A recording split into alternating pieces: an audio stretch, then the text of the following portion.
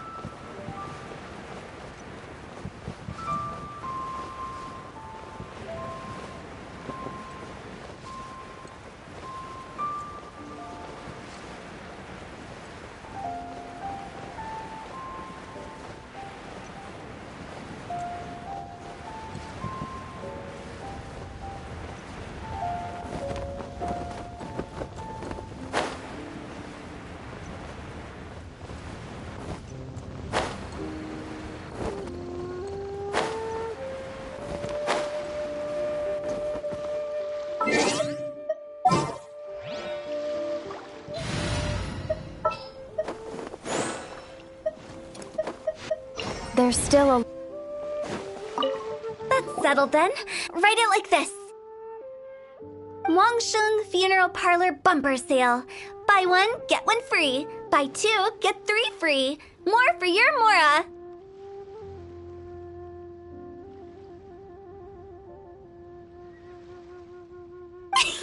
I love it. Better than all that lifeless brochure stuff. We want people to feel warm and fuzzy.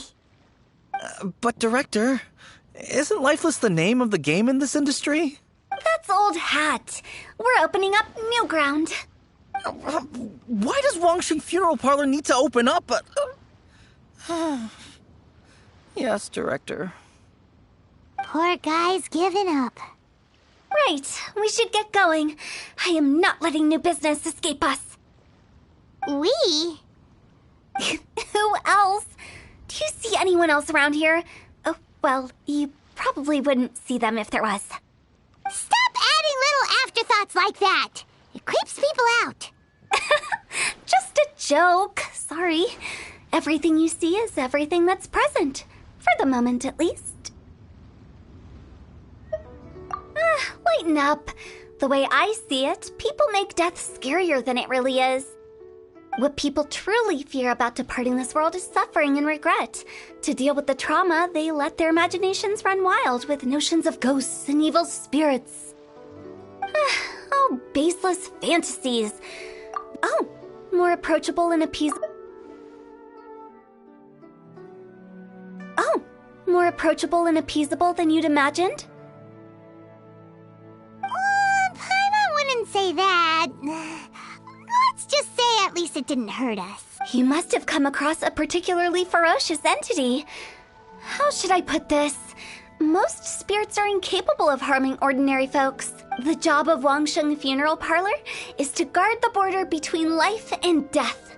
One component of this is correcting notions of death and the afterlife that people may hold. Simply put, for those unable to see the border, they're best kept as far away from it as possible. So for ordinary folks, the best case scenario is ignorance of all matters concerning spirits in the afterlife, or even better, a belief that none of it exists. Then you really don't have any excuse for spooking the heck out of people. You make it sound so abominable. I'm just trying to get them to see the humor in it all. I never thought you'd be such a bore. Never mind. If you stick by me, everything will become clear. All right, let's get going. Follow me. Director, wait. What about Big G? Don't forget. Big G? Who's that? We've been in Liyue for ages and never heard that name. Oh, nothing. Just something Mung's been pleading with me to take care of. Should be a piece of cake. Where are we going? To visit an important potential client. I'll lead the way.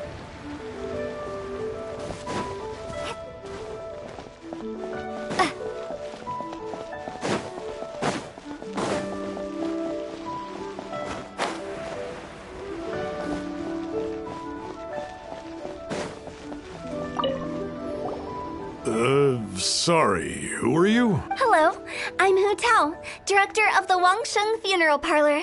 Okay, so why would someone from Wangsheng Funeral Parlor be looking for me? Major. How are you feeling these days? Any aches or pains? You shouldn't ignore them, by the way. Very often they're an omen of something terminal. When we're healthy, it's easy to forget the crushing fragility of life. So, aches and pains, best to keep an eye on them.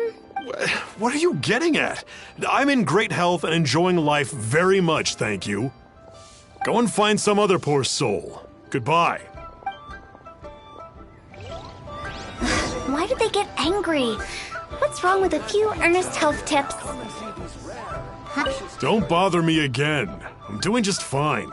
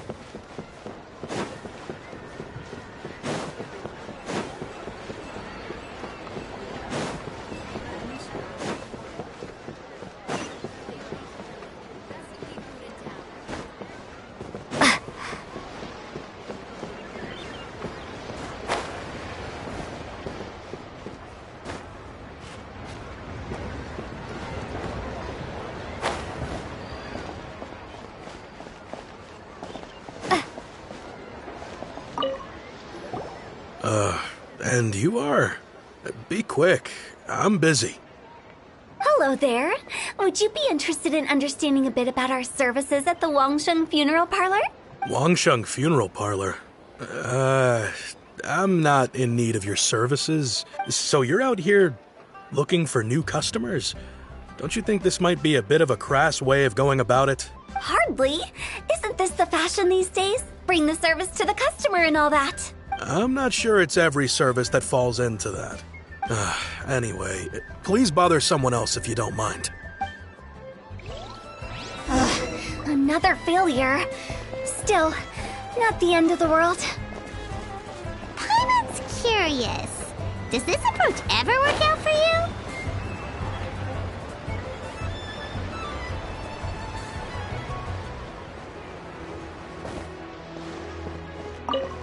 I know your face.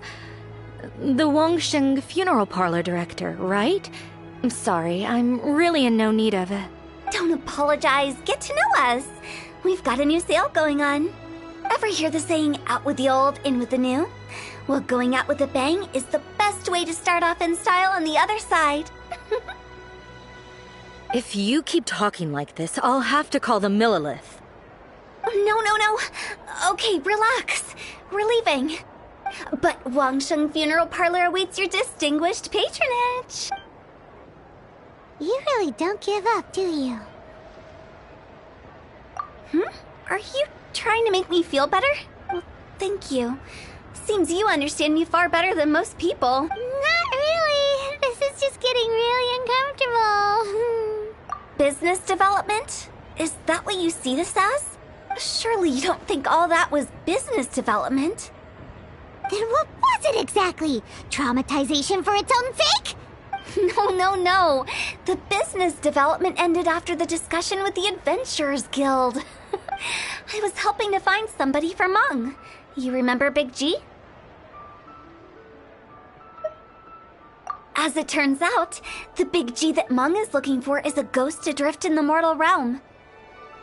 The three we saw just now were all people I suspected of being followed by Big G, but having seen them, I didn't sense the presence of anything otherworldly.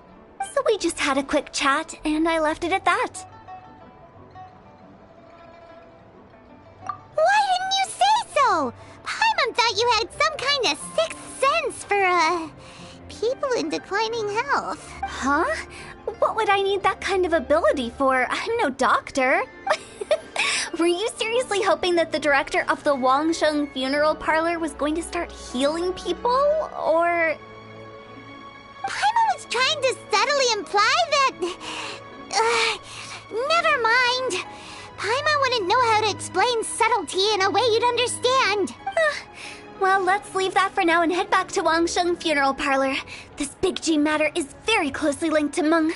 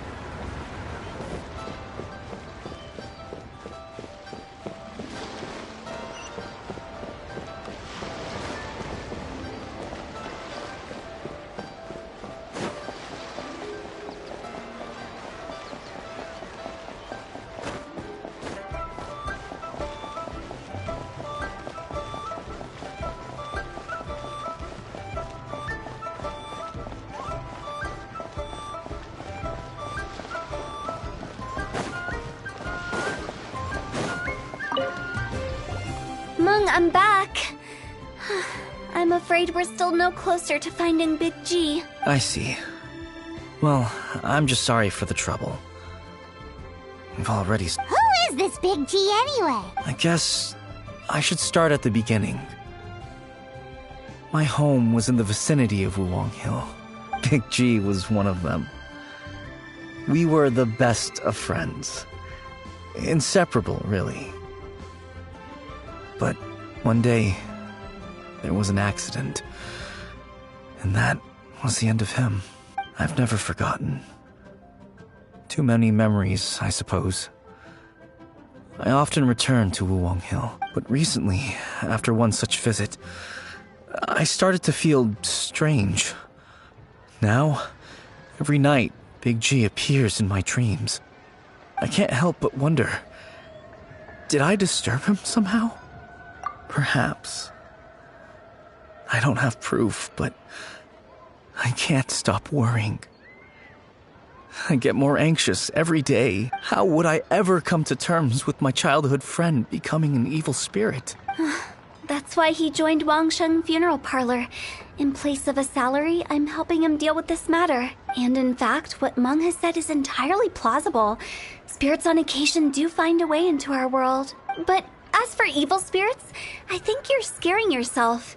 Even I have only encountered malevolent forces a handful of times. But are you sure there's no danger? I couldn't bear for him to go around harming people. You see what I mean? Look at the state of him. If we can't find Big G, it'll eat away at Meng forever. Those people we found today were also Meng's childhood friends. I thought there was a good chance Big G might have hidden among them. But here we are, empty-handed. Wuwang Hill, childhood friends? Seems like we're out of leads. Sorry, excuse me. Is this Wangsheng Funeral Parlor? My name's Luo Chung. I've had this awful feeling recently, like something's staring at me. Some of my friends and I went to Wuwang Hill the other day on a dare. After I returned home, I fell ill. I've been having recurring nightmares, but the doctors can't find anything wrong with me. I think that it's a curse, right? I've been cursed by a demon. Say no more. There's no doubt it's a demonic curse, all right, and a serious one at that. You believe so too? Then it's just like they say in the tales of old. The vengeful spirits of the gods who fell in the Archon War return to cast their evil curses upon mortals. And if the curse isn't lifted, it will burn through the body, laying waste to flesh and bone. Oh, what a wretched end! The symptoms I'm having are just like those described in the tales. Wuwang Hill? No, I don't think it was a curse. It was probably just Big G. Hold your horses, both of you. There's no need to creep each other out. Isn't that exactly what you like to do, though? Wangsheng Funeral Parlor specializes in demonic stuff like this, right? Help me! I beg you! I'm too young to die! All right. Don't panic. Leave it to me. You've come to the right person. However, in order to lift the curse, we need a suitable location, and we need to make some preparations. Come with me, my trusty assistants. I'm going to need your help. I guess I'll come too. Help him make the preparations first. The incense exorcism, the one I taught you. When you're ready, come and find me. Once we've finished with this, we'll get back to the Big G matter. Okay, I guess. Right. Let's go. Please help me! I don't want to die! Don't worry. The director is highly skilled. She'll help.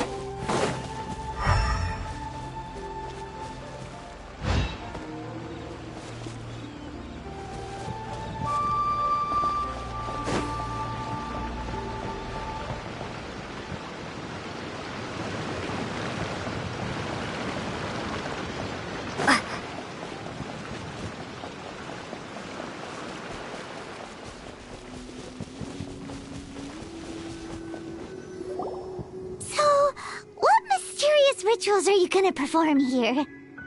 No ritual at all. We just need to kill some time. Eh? Wait, you didn't take all that vengeful god's curse stuff seriously, did you? They were eradicated ages ago. You saw those two. One thinks he's been cursed, and the other one believes his friends turned into an evil spirit. It's hard to reason with them. Now you see why I believe that ordinary folks should be kept in the dark. I've seen too many people lose their senses on account of things like this. If you want to calm them down, you need to convince them with something tangible.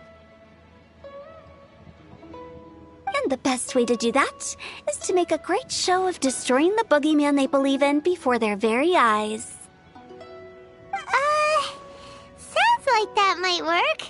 If you were trying to cheer up a 3-year-old. Why would you ask that? Paimon just wants to know why we can't tell everyone the truth. Because you can't guarantee that telling an ignorant person the truth will improve the situation instead of exacerbating it. What I can do is pretend to pull back anyone who believes their time is nigh. But since the curse is imaginary, our fix will also be make-believe. Makes sense.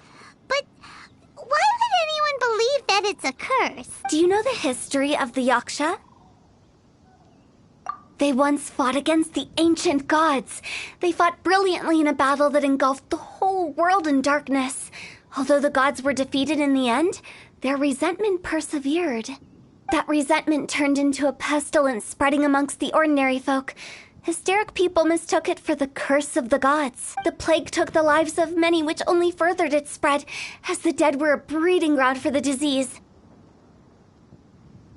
Then someone discovered how to prevent it from spreading, purify the air, and burn the bodies of the deceased. The pioneers of these practices were, you guessed it, the founders of the Wangsheng Funeral Parlor. Paimon didn't see that coming. Really? Yes. Anyway, it took many years, but eventually the plague was completely eradicated. We've dealt with similar phenomena multiple times throughout the ages. Each time we successfully restored the balance between life and death. To sum it up, we are gatekeepers, guarding the border for the sake of both the living and the dead. So when I say this curse is just a figment of the imagination, I say it with more certainty than most. But I also can't really go telling people that the ancient plagues were real, or it would incite panic. Let's wait a bit more and get ready for the show. This leyline monolith will make for a really great prop. Ah, you're finally here. We just finished our preparations. Now, look here. This device is used to drive away evil spirits. It'll absorb the curse inside you and cause it to take a physical form. But don't worry, the traveler here is a seasoned warrior and will assure our safety. Oh, right. I forgot to tell you. It'll be fine. Will that really solve my problem? Trust the director. She might look like a weirdo, but she's serious about everything she does. How can you call me a weirdo? I mean, wouldn't you say it's more charmingly naive or disarmingly different? All right, let's get down to business. My glamorous assistant, please activate the device.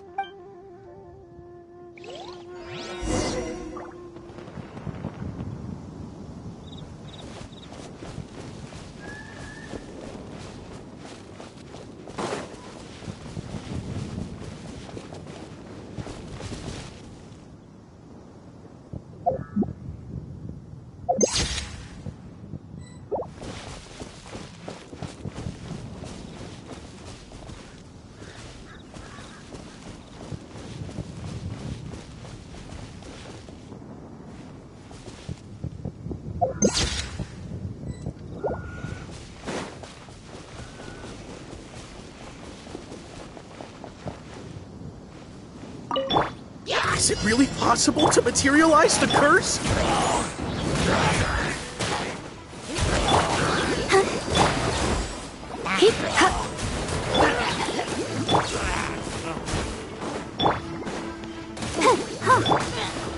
I'm counting on you! Let it rain.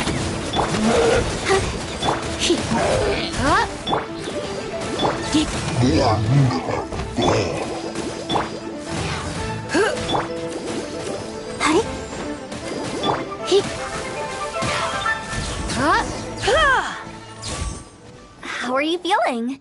Did the curse leave your body? Yes, I feel more invigorated than ever before. I'm cured. I can't express how grateful I am for your and the Traveler's help. If it hadn't been for you, the curse would have taken my life. Great. In which case, I guess now I can tell you. You've been pranked.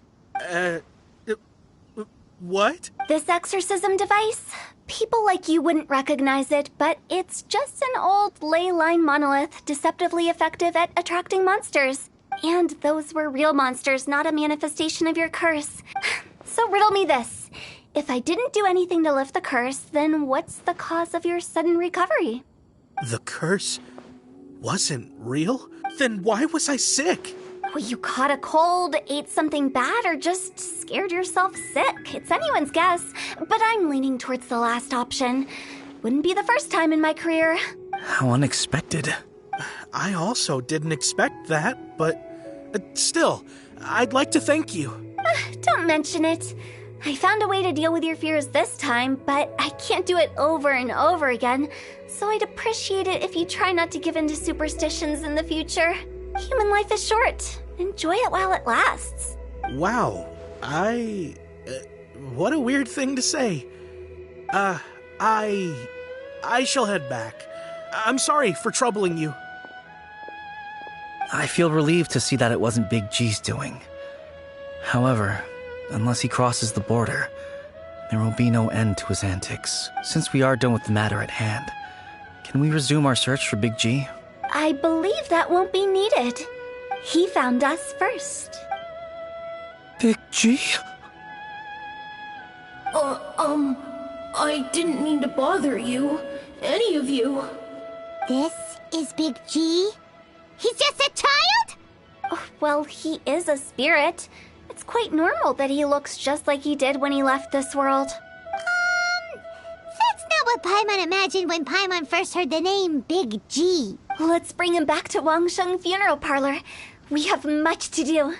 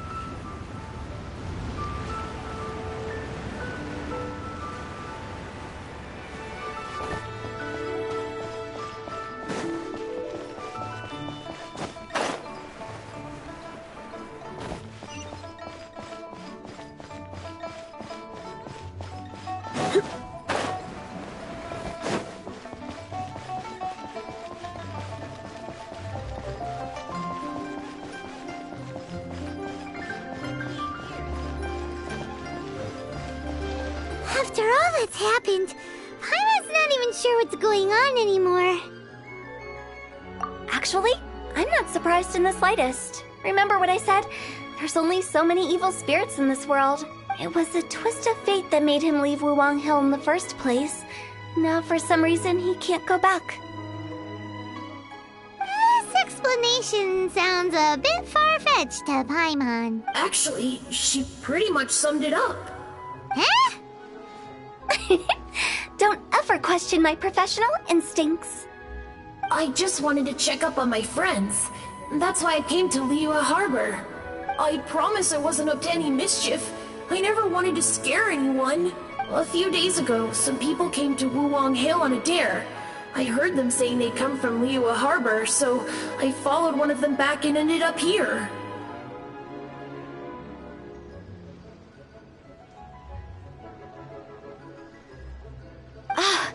must have been poor Lo Chung that you followed. Maybe he didn't notice you, but he could still feel your presence. Now we know what caused his nightmares. I was discovered? Well, I assume so, otherwise he wouldn't have been scared half to death. Yeah, Hu and Meng were searching for you all over the place. Oh, that's because I couldn't find them. It's my first time in Liyue Harbor, and I got lost in the city. Now that you mention it, Big G always had a poor sense of direction. When we were kids, he'd never go down the hill by himself. So, all of this was just because you got lost? Why didn't you just fly? Like any other ghost or spirit? Don't you think it's much easier to find your way from up above? I can't. It's too high for me. I'd get scared. That's right, yes! He used to be so afraid of heights that he wouldn't even so much as look down the hill. You haven't changed a bit.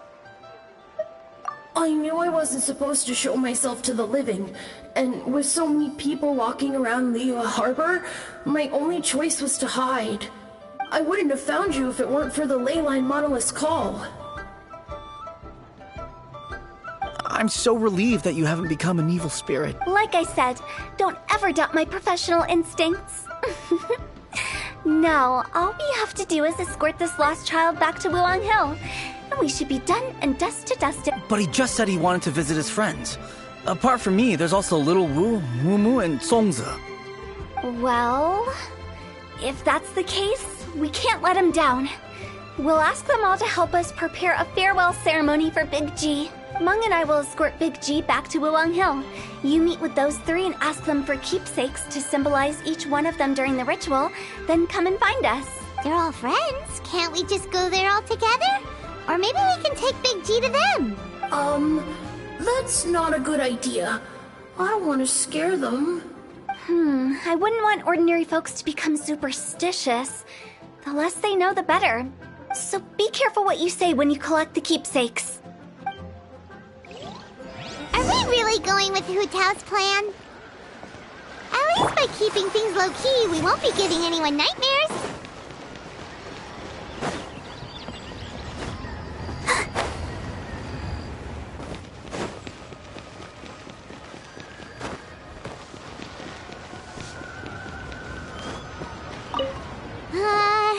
Hi! Do you remember us? Oh, you. Sorry, I won't be needing the funeral parlor's services anytime soon. Yes, we grew up together.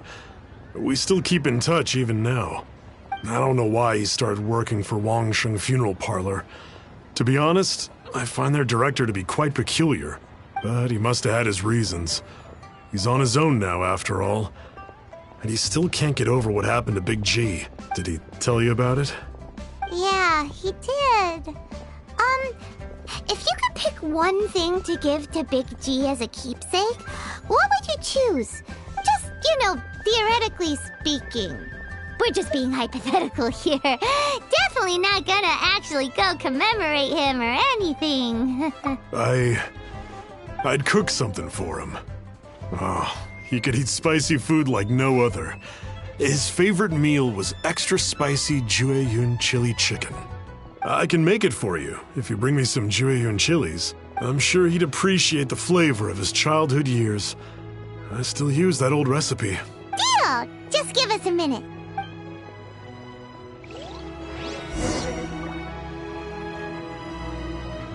Jueyun chilies are a common sight in Liyue.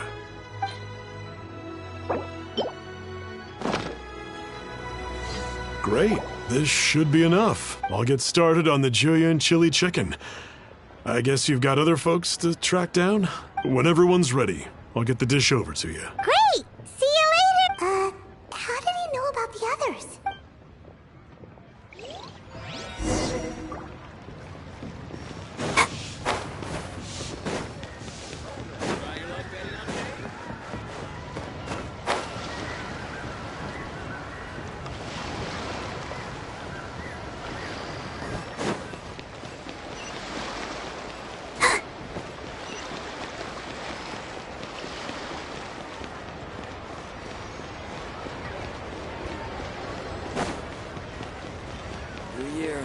Let's new dance. perspectives.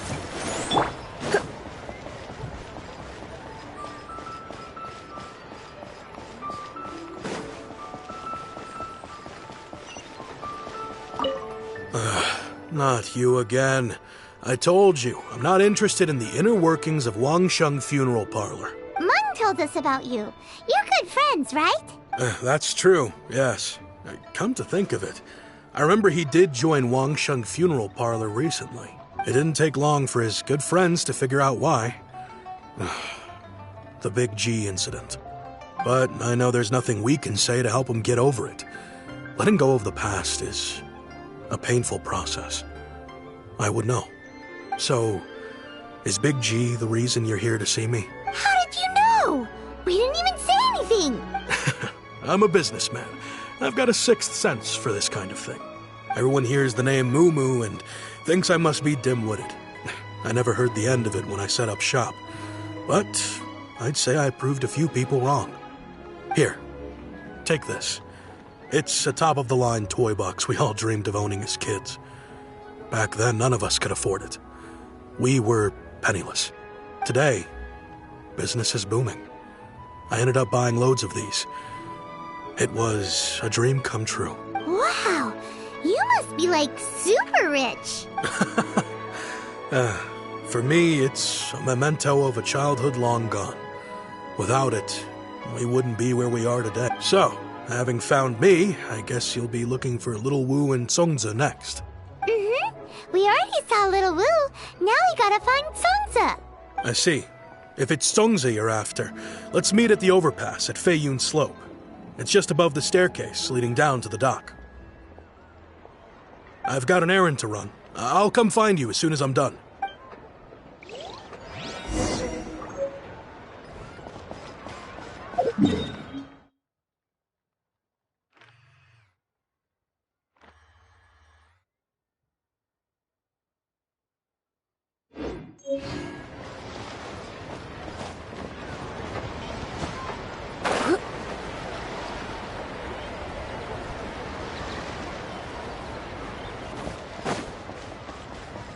New year.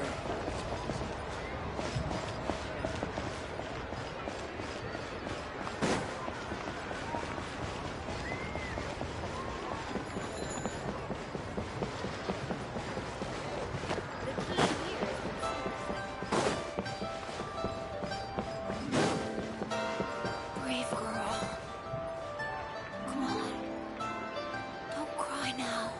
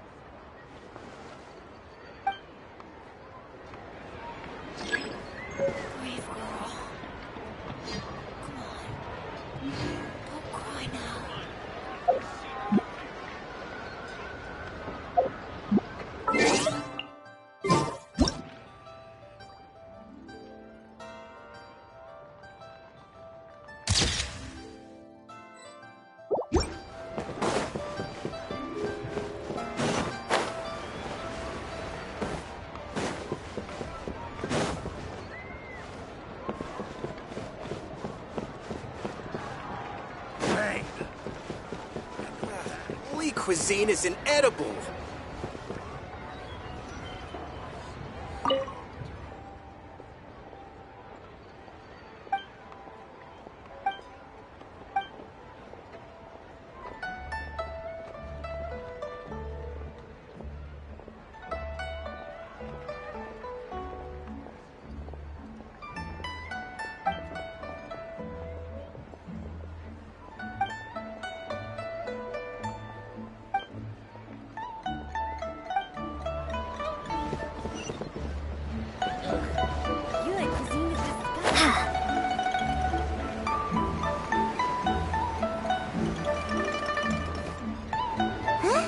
You're all here.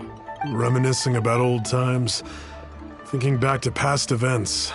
Our hometown was completely destroyed in a disaster, so we've got nowhere to go back to. Now, home is wherever friends are. They've just been telling me you're looking for keepsakes. I make artisan Sao lanterns down by Liyue Harbor. I guess they represent me better than anything. A few days ago, I bought some quality plastrite shards. They're currently all in the warehouse at the dock. I've already spoken to the manager. Could I ask you to retrieve them for me? Seems like you already know what's going on. Be back in a jiffy.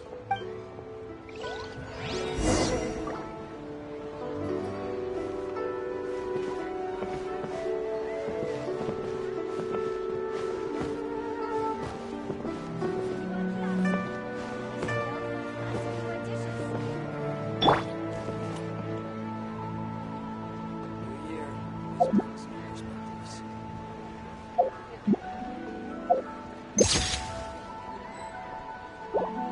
You know, I just realized, mine's the only item that's been outright purchased. Yours are both handmade. But yours is worth a lot more. Worth and more is not what's important here. These things all played a big part in our childhood. They show that we will never forget our promise.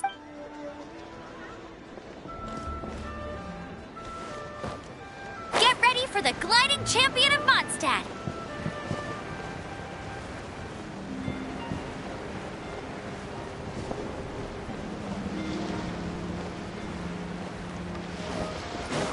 Susu, I'm exhausted.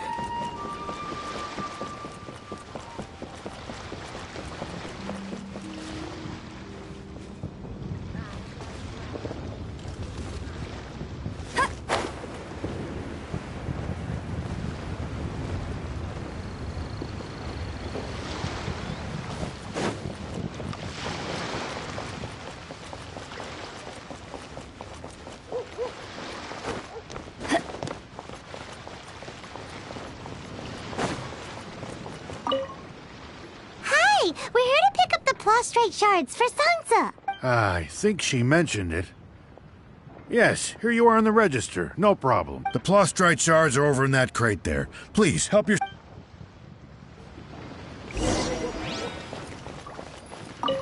Doesn't seem like they're here. Let's look someplace else. Doesn't seem like they're here. Let's look someplace else.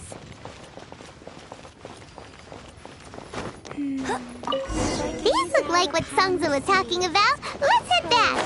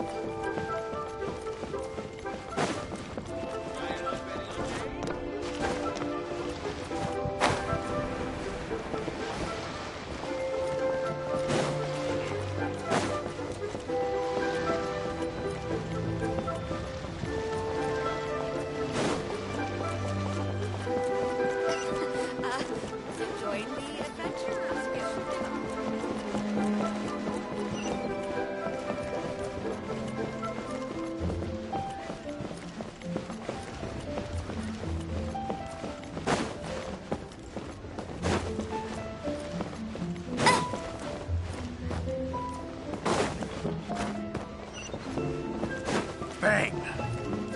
And with that, the fate of...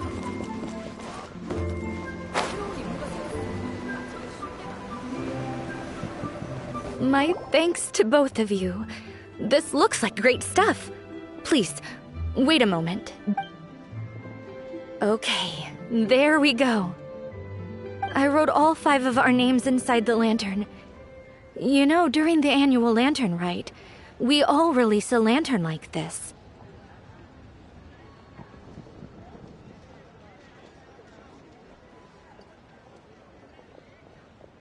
No matter what the days may bring, whichever roads we choose to take, while this rite remains observed, each of us remains the same. As for the matter of Big G,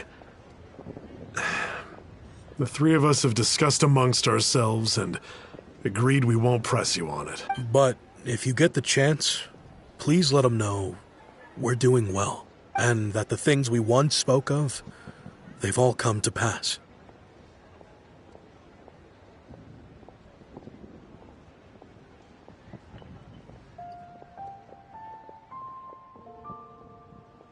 Thank you. We'll pass it on. Big G is lucky to have friends like you. We got everything we need. Let's go to Wulong Hill and find Hu Tao and the others. You know, I just realized, mine's the only item that's been out. But your Worth and more. They show.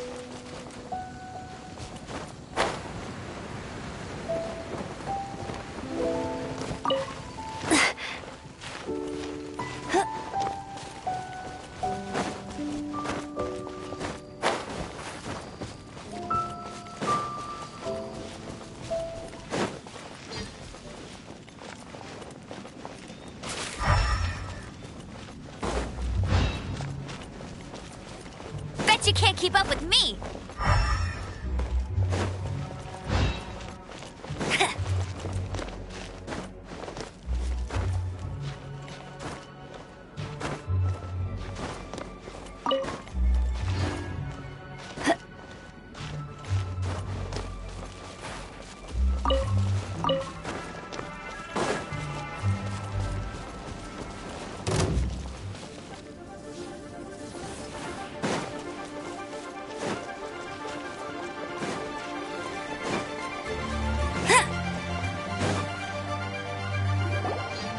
You're back already? Sooner than I expected. You didn't go spilling the beans, did you, Paimon? Does Paimon look that unreliable to you? I'm kidding. Anyway, looks like they were willing to hand over some keepsakes, so I guess they knew the deal. Nevertheless, when it comes to things like ghosts and ghouls, spirits and souls, the one thing everyone knows is you never know what to expect. Which explains why they were reluctant to pry and find out the full story. Which is just as well, because if they had attempted to, it would have been too much for me to deal with. Guard the border between life and death. This is Wangsheng Funeral Parlor's most important responsibility, and I'm stricter than most. So what about us? Does it matter if we cross the border? Of course not. After all, you were caught up in all this already, just like Meng. It's not the end of the world if you catch a glimpse behind the curtain. And where we're going, don't be surprised at what you may see or what may occur. All of it exists within the border between the living and the dead. An ordinary place, really. The only special thing about it is that nobody really knows about it. Whatever you do, don't get all worked up over nothing, okay? Or else by the time we're out, I'll have to erase your memories. So listen to everything I say. Let's go. Paimon's scared. But like Hu Tao says, we're already caught up in this. We better see it through to the end.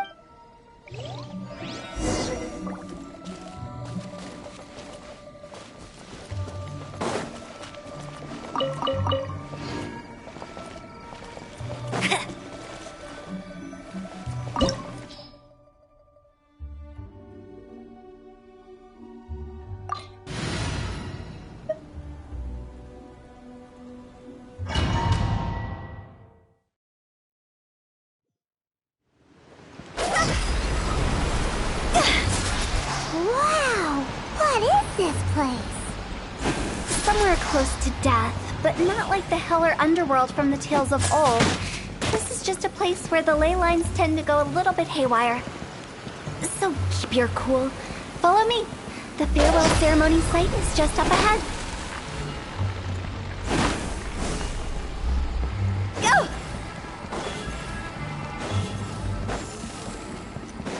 That pattern looks familiar. From the right angle, you can make out the whole thing. Oh, just like last time.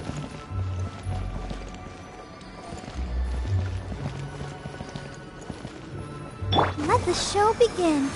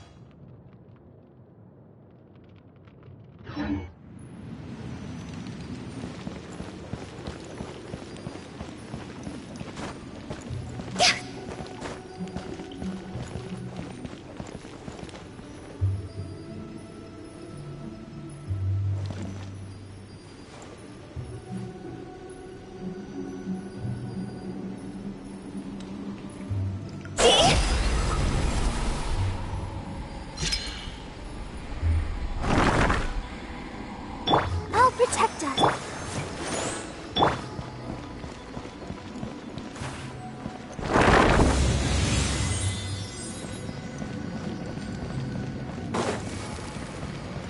Huh?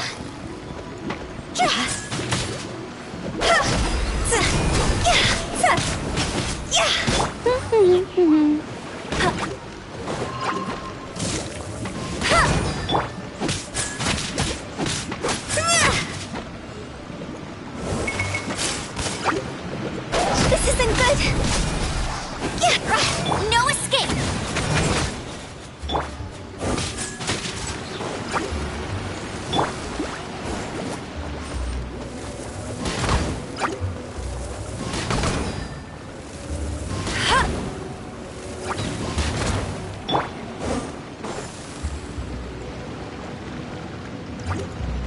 Dog's over.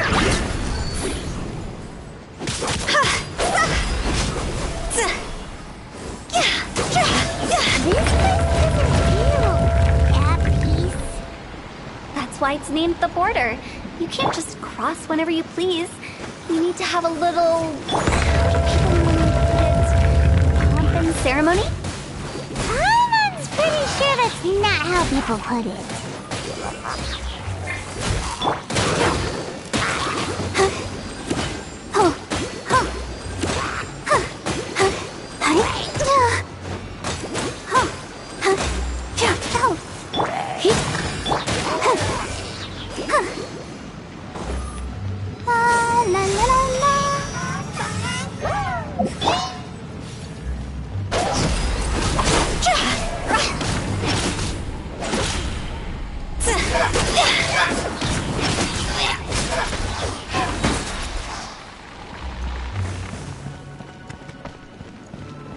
Let the show begin.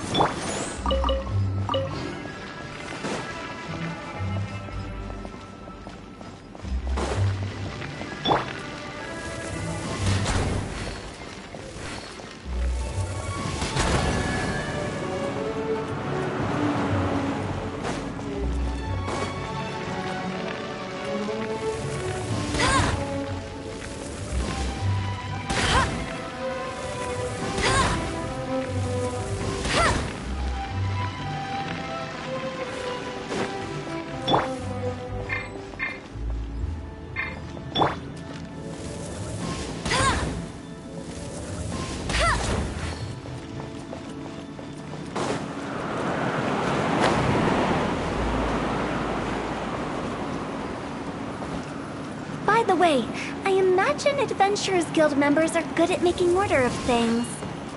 See if you can find a way to get the right things into the right places. Usually it requires a bit of destruction as well as elemental reactions. On your marks. You talking to us?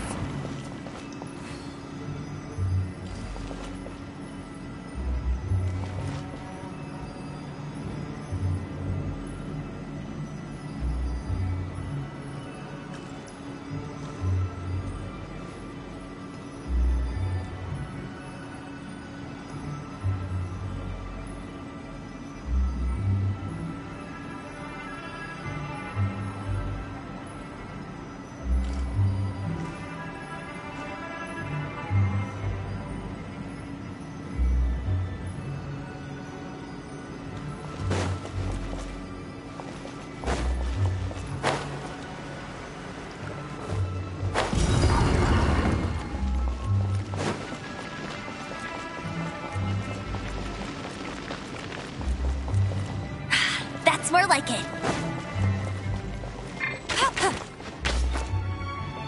I'll protect us.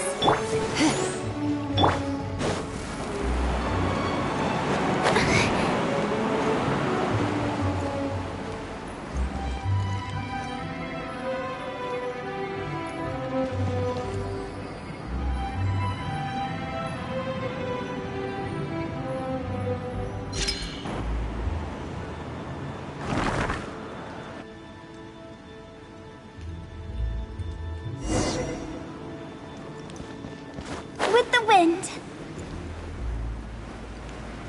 Yeah!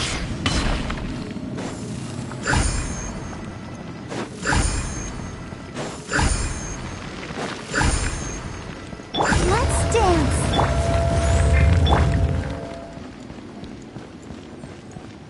Go!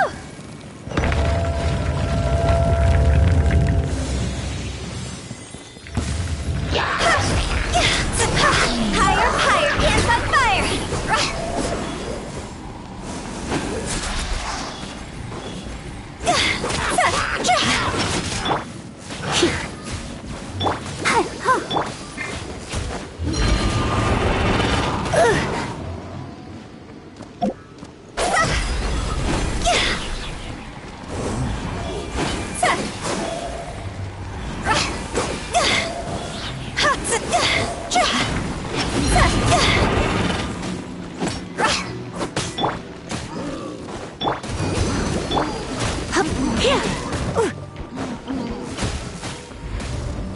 Blitz. Surrender, Legion. I'll protect us. Ouchie! Oh no! Hi?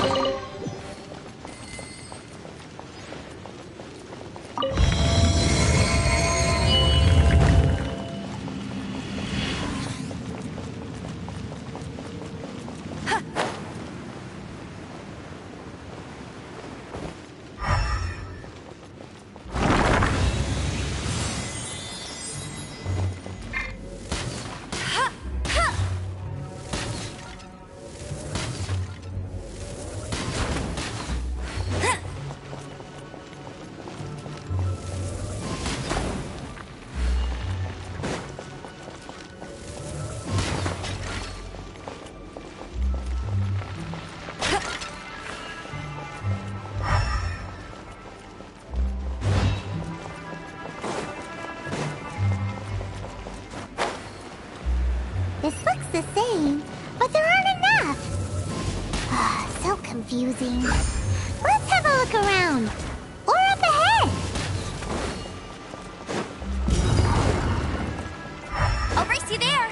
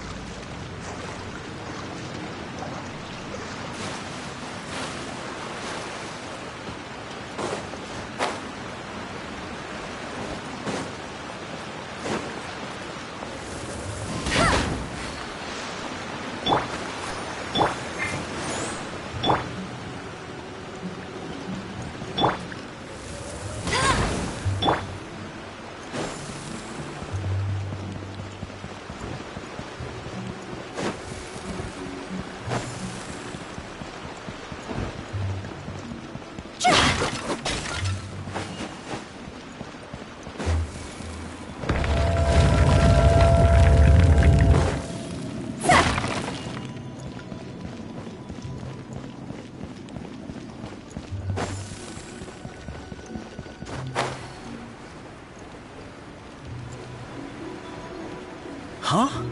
Isn't this where we just were before?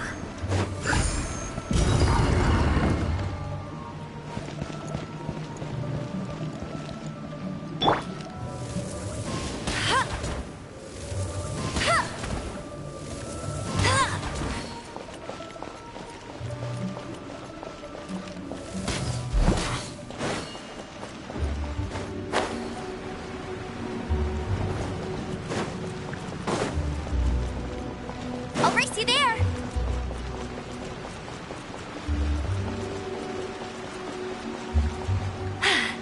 Told you I'd win.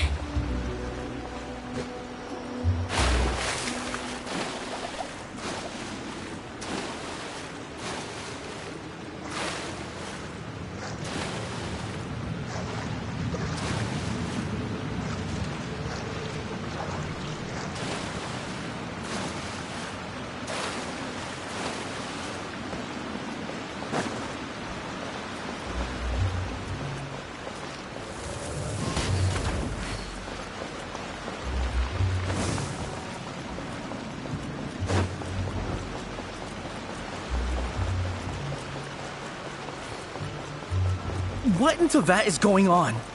Have we even been moving forward this whole time? It's almost like we're constantly being sent back to the beginning. Everything resets.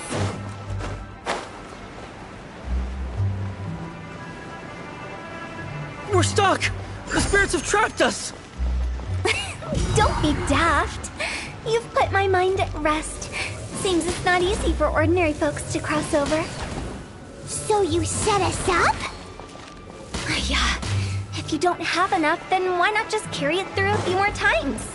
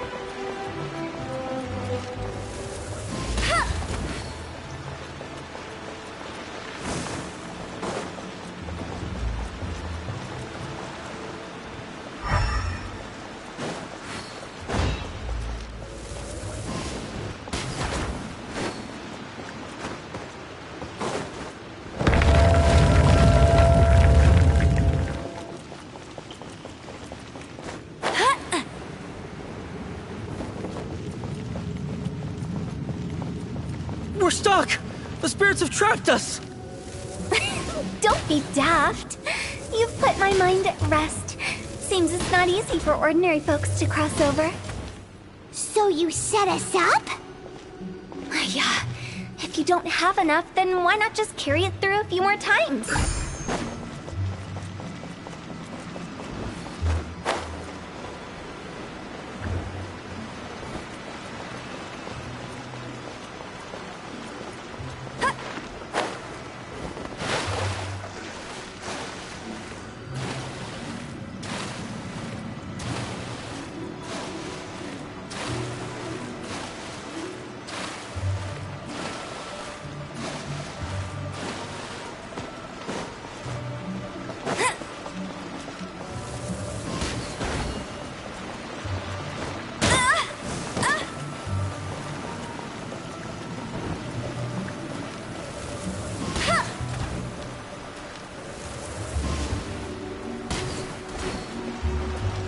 I'll race you there.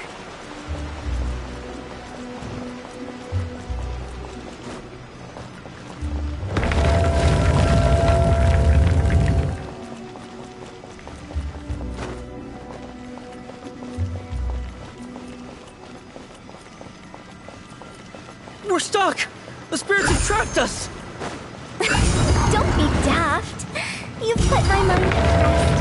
Seems it's not easy for ordinary folks to cross over. So you set us up? Finally! Paimon thought we were gonna be trapped in that weird place forever. That's exactly the point. Trespassers end up running scared. So that's the weird stuff out of the way, right? Yep. dive off the edge here. What?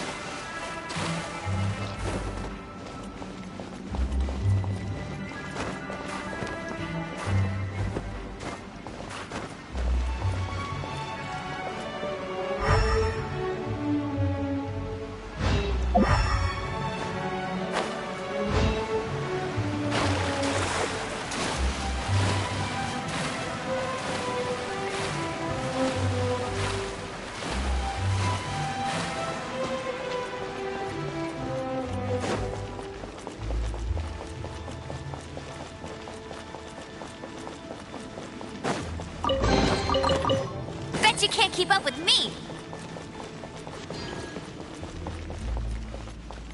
Welcome to the farewell ceremony site. Our destination is just up ahead. I know you're excited, so feel free to have a look around and talk amongst yourselves. Soon you'll find out there's nothing special about this place.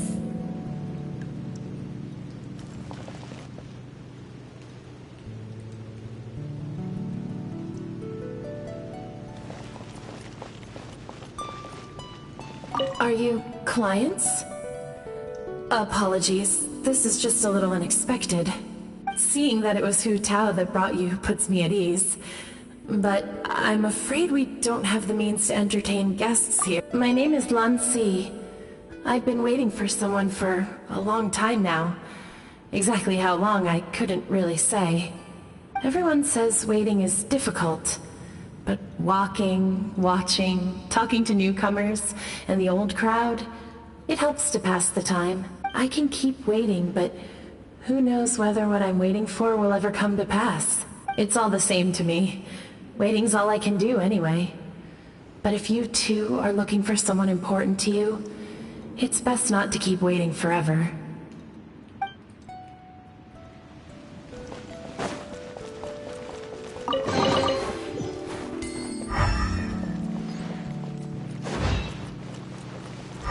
I'll race you there.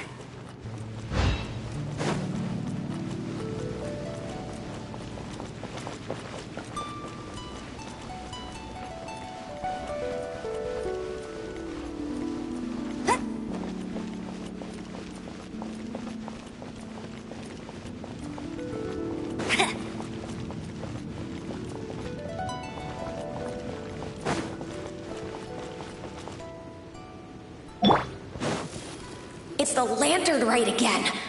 Wouldn't it be cool if we got to see the lanterns ourselves one day?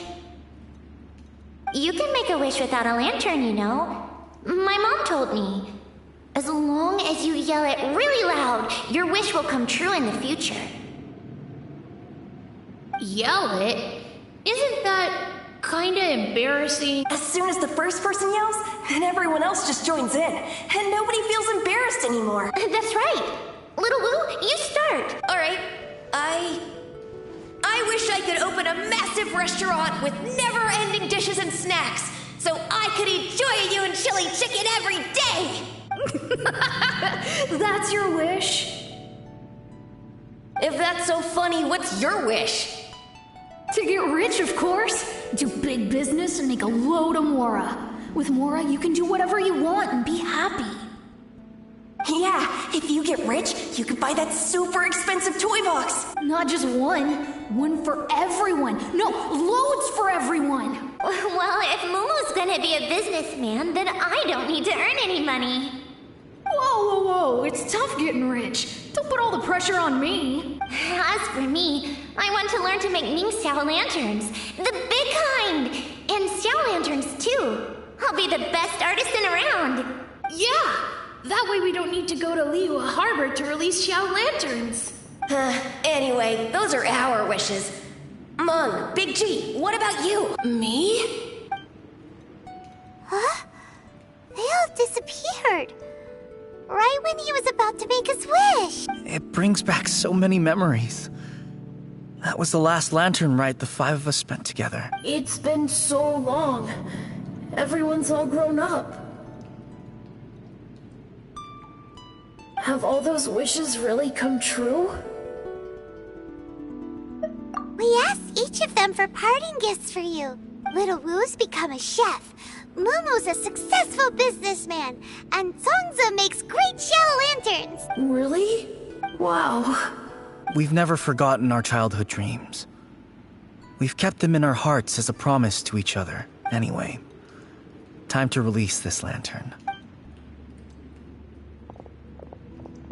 Hey, take a hint. Let's give them some space to go over the good old days.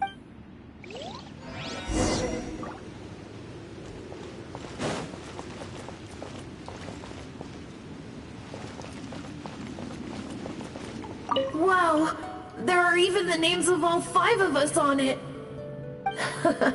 Amazing. Oh, didn't you just say that you release lanterns every year? Do you plan to add more names over the years? Like Little Wu's kids and Mumu's wife?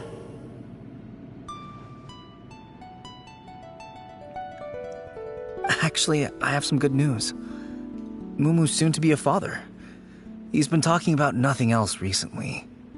He's excited and nervous at the I wonder if such a goofball will make a good father. No. You'd be surprised how sharp-witted he is now.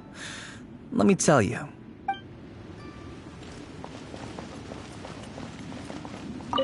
Take the hint? Really? Of all of us, you're the one who needs to learn how to read the room. Monk's already crossed the border. That's the only way to send Big G off. As I explained, Wangsheng Funeral Parlor was, once upon a time, more akin to a doctor's office than an actual funeral parlor. During the Archon War, piles of corpses covered the wilderness. People were plunged into misery and suffering. Disease was spreading all over the land. Death devastated the world of the living. Such were the times when the Wangsheng Funeral Parlor was first established. As humans, its founders were deemed too insignificant to matter, but slowly, they managed to drive away death. They must have paid a huge price for that. After generations, Liyue Harbor became a bustling hub of prosperity, luring people with dreams of great fame and abundant mora. But in the end, some lunatics stirred up the legacy of the dead. By that I mean the remnants of the defeated gods that ravaged the world. I won't go into specifics of that situation, but suffice to say that at its peak, life was on the verge of bringing about its own extinction, while death was coming back with a vengeance. It took a long time, longer than you'd think, to restore balance and reinstate the border. Without it, Liyue Harbor as we know it wouldn't be here today, neither would the Wangsheng Funeral Parlor, you or me.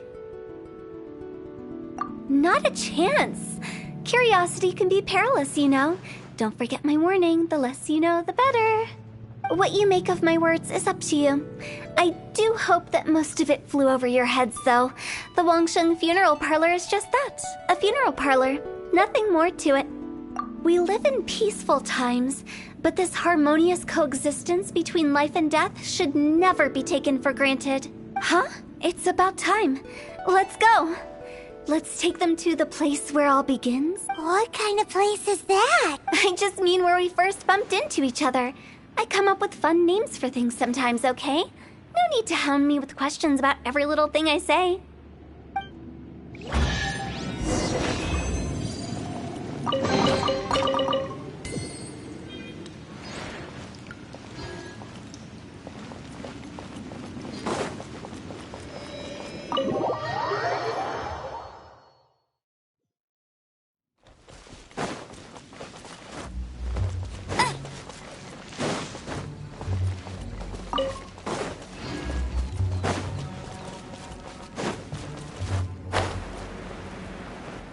I think we did everything we could to make you happy, Big G, wouldn't you say?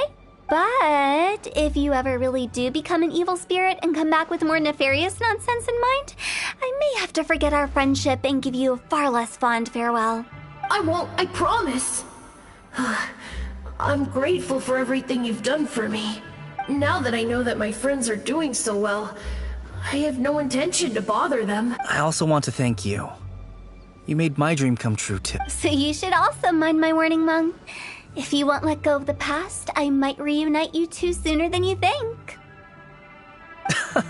How can you say such horrendous things with that smile on your face?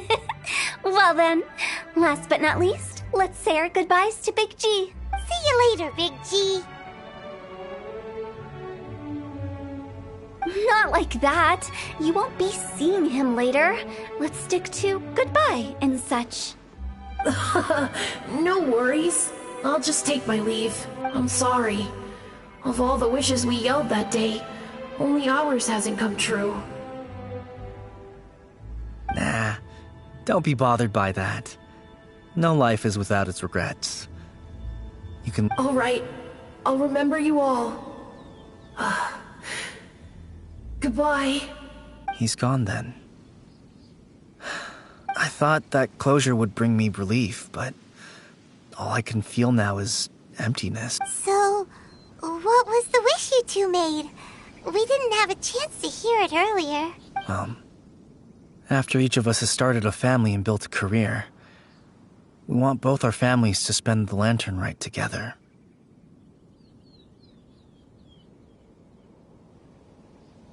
That's why I envy my friends so much. Little Wu and the rest. They all had a chance to fulfill their wishes. Mine, however, will remain just a dream. That's right. Also, think about this. Everyone gets burnt to ash one day. So enjoy your life while you can, and when your duty to the living is over, you can meet whoever you want again in the afterlife. Isn't that great? Thank you? Either way, I don't think I'll ever return to Wuwang Hill. I have a lot of feelings to process. No worries. It's a good opportunity for you to go on vacation. Consider your leave approved. Naturally, this doesn't change the terms of our previous agreement. The leave will be unpaid.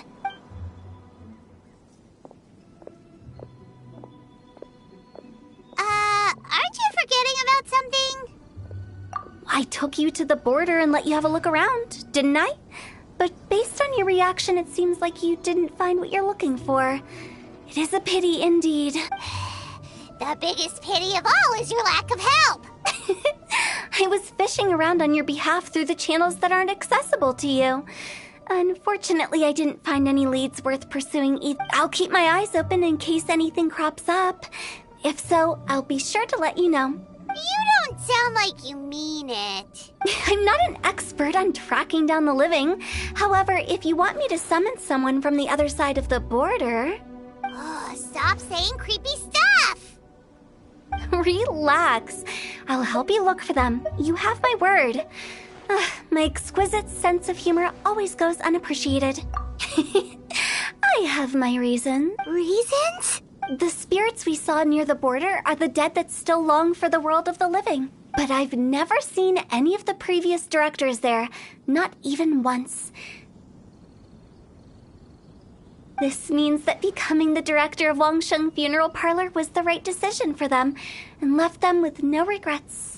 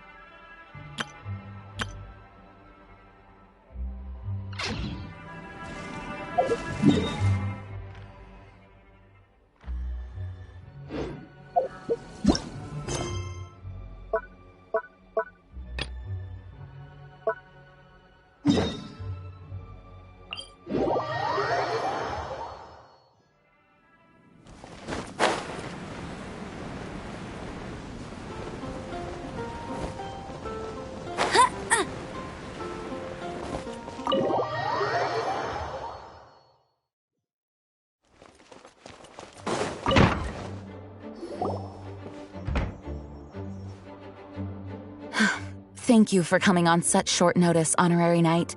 Well, to make a long story short, there's a particular matter at hand that the Knights requires your assistance with.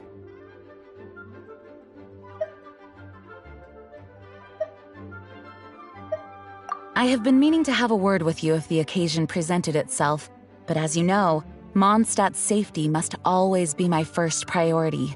I have recently received multiple reports from the Knights of someone within the Lawrence clan having close dealings with the Fatui. The Fatui? Again? But who are the Lawrence clan? There was a dark period in Mondstadt's history when the aristocracy ruled over the city. The hard-won freedom that followed with the fall of Decorabian was lost once again as slavery spread throughout the land. The first Dandelion Knight, Vanessa, spearheaded the revolution that overthrew the old aristocratic system and established the Knights of Favonius, leading Mondstadt to become the city that you see today. The aristocrats that had oppressed the people of Mondstadt were none other than the Lawrence clan. Oh, Paimon gets it! So the clan's descendants are now scheming with the bad guys to carry out more dubious deeds! We suspect as much, though we have yet to obtain any solid evidence. The reason I summoned you here today is to ask you to help us further investigate this matter. Unfortunately, the Knights of Favonius and the aristocracy have been at odds with one another for as long as I can remember. We've already considered every possible way of resolving our differences, but it seems the descendants of the aristocracy remain antagonistic towards the Knights. No matter what stance we take when dealing with them, the outcome is always the same. Our efforts only result in adding more fuel to the flames. We could come knocking on their door on the grounds of a search warrant, but if the investigation were to come up empty, I'm afraid tensions and distrust would only increase. All of our past efforts would have been wasted. You are in fact the best candidate to represent the Knights of Favonius. But you need not emphasize your role as the honorary knight. You are a traveler from a distant land, and you can approach the aristocrats in this way. Once you come to friendly terms with the Lawrence clan, you should be in a good position to learn more of their possible connections with the Fatui. Whoa! Leave it to Master Jean to come up with such a thorough plan! Perhaps such plans have become second nature after all the diplomatic issues I've dealt with. The name of the Lawrence clan member in question is Schubert. Lately, he can often be found strolling near the northern city walls. It is said that he is difficult to get along with due to his temperamental disposition, but if we approach him calmly, then things should go off without a hitch. Thanks again for your help. If you run into any snags along the way, I'll do anything in my power to support you.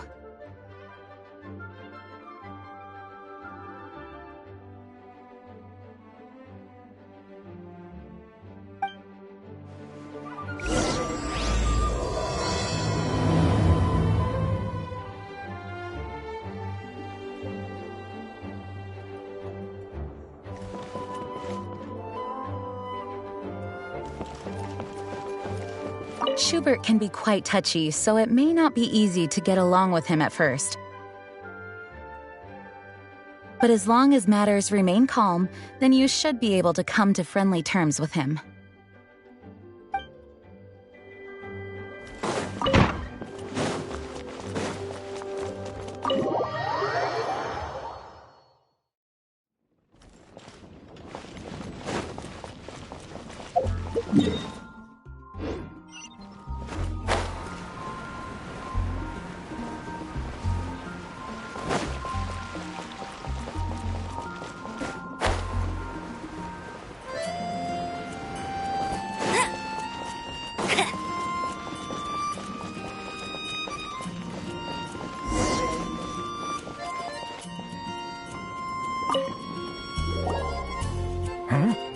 Who are you?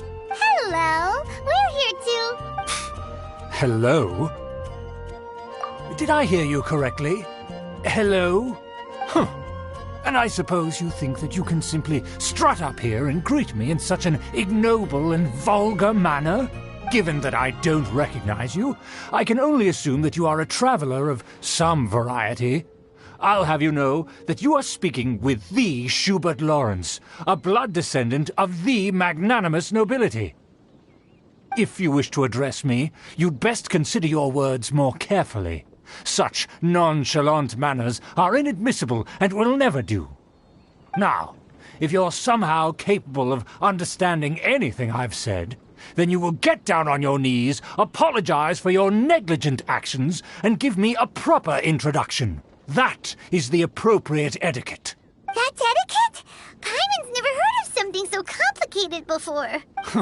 In former times, when people knew their place and respected traditions, such conduct was only basic courtesy when greeting a nobleman, and neglecting your manners would result in a swift whipping. But look at the world now.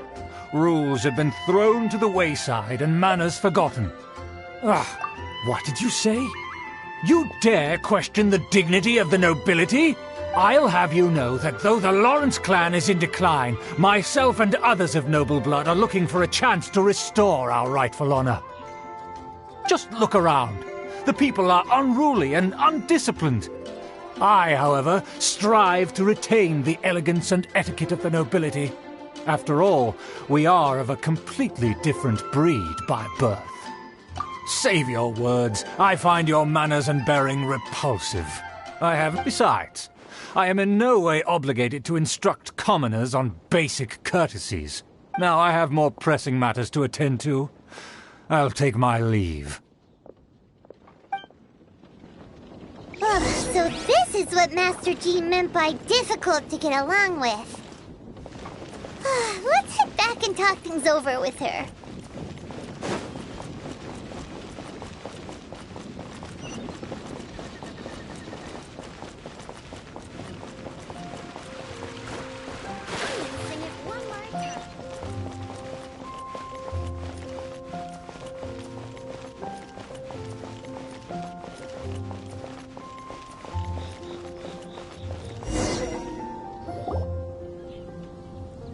Well, if it isn't the honorary knight! I'm just on my way out to gather some intel. I didn't expect to run into you here. Huh? Judging by your expression, you must have run into some trouble. Master Jean tasked us with a special assignment, but things seem to have run aground for the moment. No need to get down on yourself. Sometimes things just don't turn out as planned. Even I can't guarantee useful intel every time I'm dispatched. You just have to keep at it and never give up. Hey, why don't you let me try to help? What's the problem? Master Jean asked us to build a connection with someone named Schubert Lawrence, but it turns out that he's a peculiar character that doesn't listen to anyone, especially Paimon. Aha, Schubert! I know him! Let me guess, he said you didn't have any manners. I've been on the receiving end of his lectures many a time. The Lawrence clan can be very particular about such things. You mean everyone in the Lawrence clan is just a big headache? As aristocrats, they believe there should be a certain distance between themselves and common folk. I understand their thinking, but that's just not how things are anymore. However, there is one exception among the Lawrence clan, my good buddy, Eula. Buddy? That's right. Not only is she from the Lawrence clan, but she's also captain of the Knights of Favonia's 4th Company.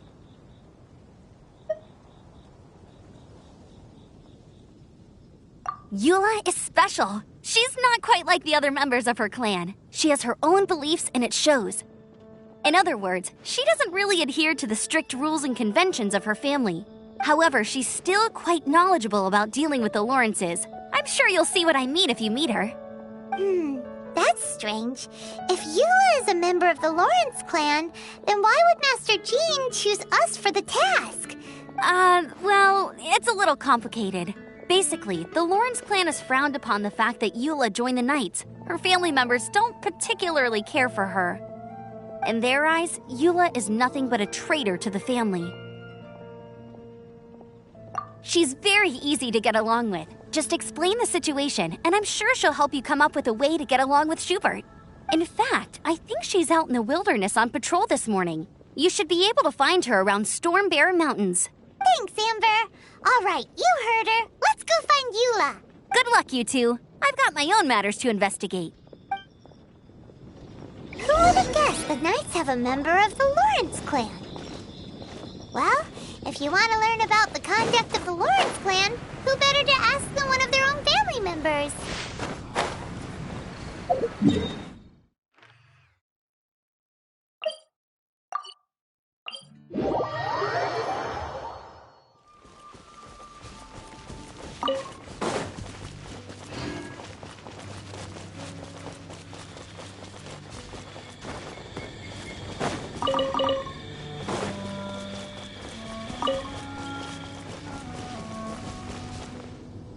Let the show begin. The Fatui! What are they doing here? Is that why Eula was sent on patrol here? Let's fight first and talk later! Not too far.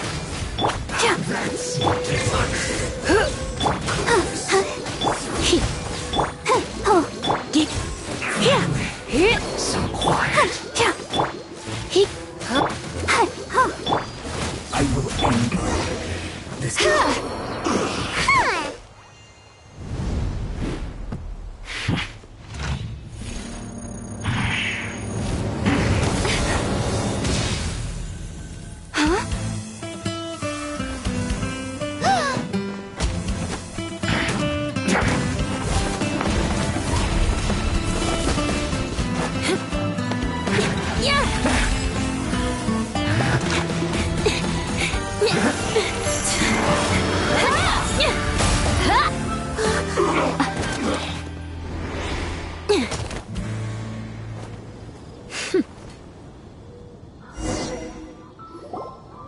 You don't think twice before reaching for your sword, do you? Do you have any idea how long I've been tracking these targets? And now you get to stake a claim. You think you're stronger because you got to them first? Mark my words, vengeance will be mine. What? That's right. I heard the commotion and came as swiftly as I could, only to find you two already fighting the Fatui. Not only that, you are making quick work of them too. If I didn't make my move, you would have been able to take all the credit. Still, I'm glad you're unscathed. Confronting that number of Fatui at once can be dangerous. Sorry, Paimon doesn't understand what you mean, but thanks for your concern. Concern? Why would I be concerned for the safety of my arch-enemies?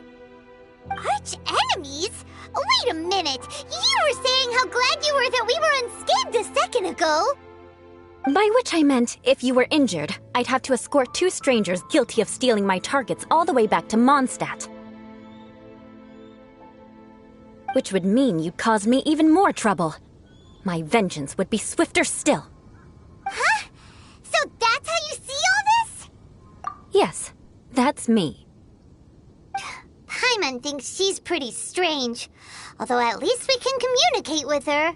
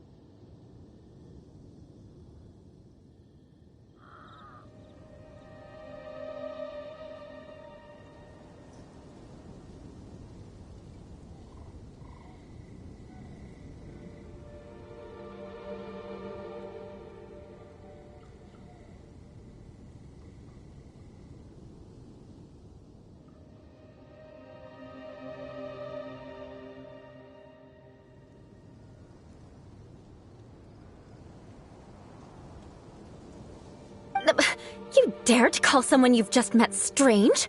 Forget the aristocracy. That's rude even by normal standards. Speaking of which, how do you know my name? This is the honorary knight of the Knights of Favonius. And speaking of rude, we're trying to investigate an aristocrat named Schubert Lawrence.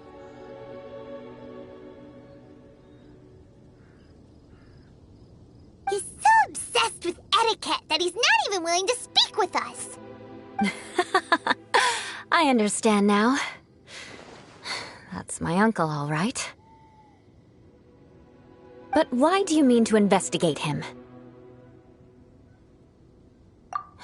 I see. You have some nerve to faming a family member right in front of me. I will have vengeance for this too. No. This is an assignment from Master Jean. It's just an investigation, that's all. To the everyday citizens of Mondstadt, everyone in the Lawrence clan is scum. It's natural for rumors and unwarranted gossip to lead to such suspicion. Hard to avoid such a reputation when you're known as the ruthless rulers of Old Mondstadt. Oh, so that's what you think of me? Yet another transgression to avenge. But didn't you say it first? Curious. We've only just met, and you've already given me 3 causes for vengeance. It's been a while since I've encountered anyone as interesting as you. I assume you need me to teach you the conduct of the Lawrence clan. Only then will you finally be able to communicate with my uncle, correct? That's right. Amber told us to come and talk to you.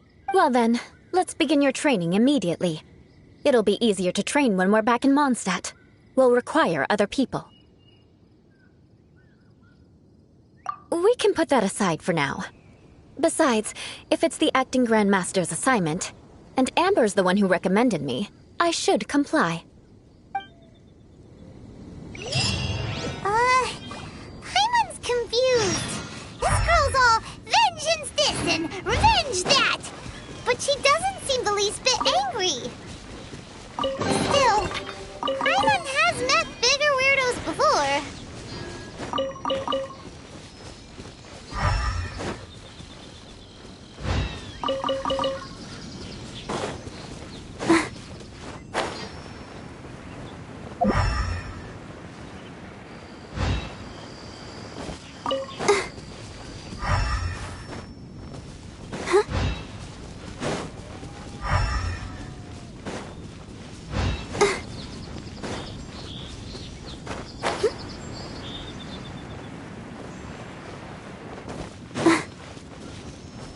Go, Barbara, go!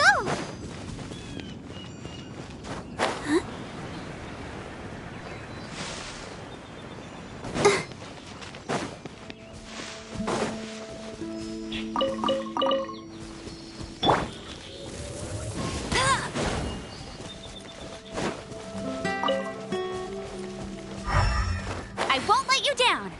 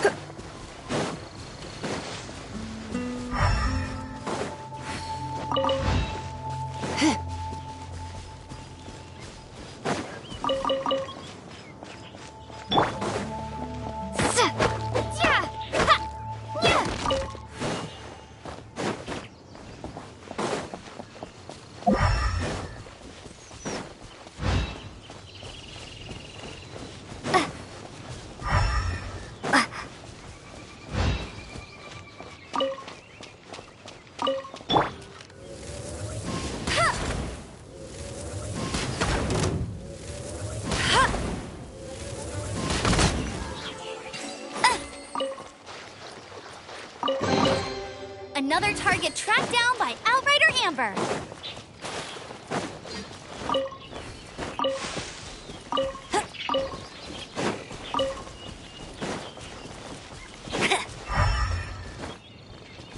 Not so hard!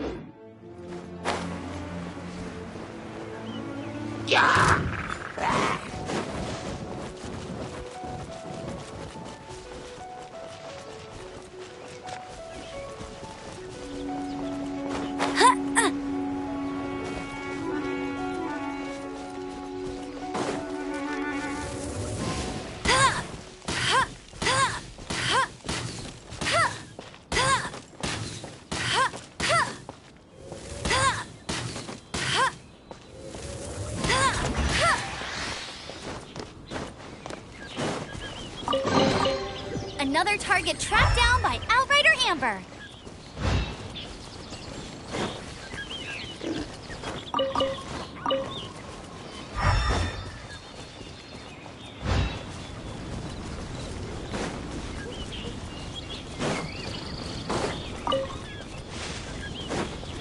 Bet you can't keep up with me.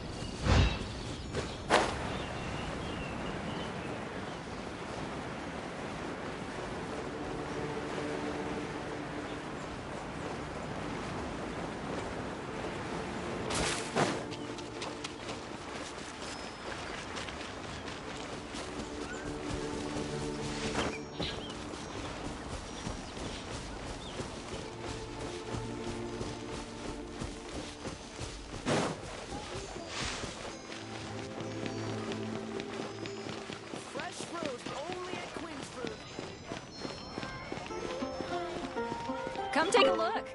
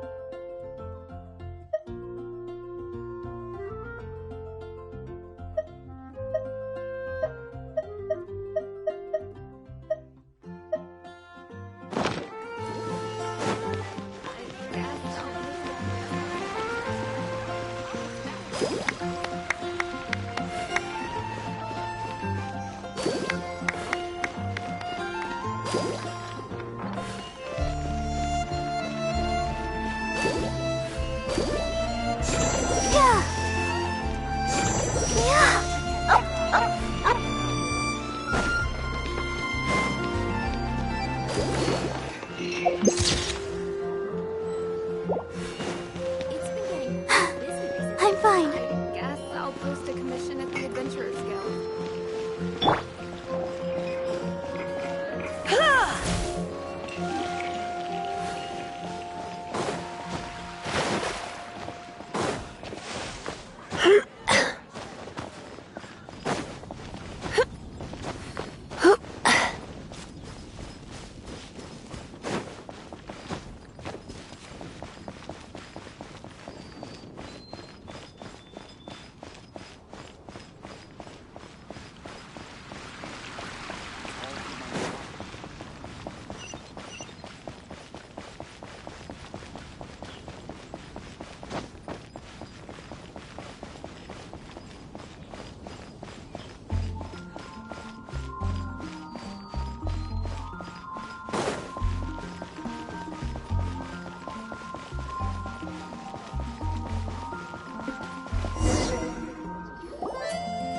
Ah, you finally arrived.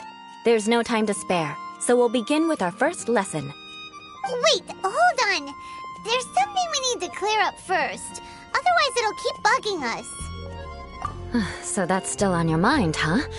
Maybe you're the ones who can't let things go. Don't worry, there's a time and place for exacting vengeance. Besides, I'm not in the mood for any right now. Best save it for later.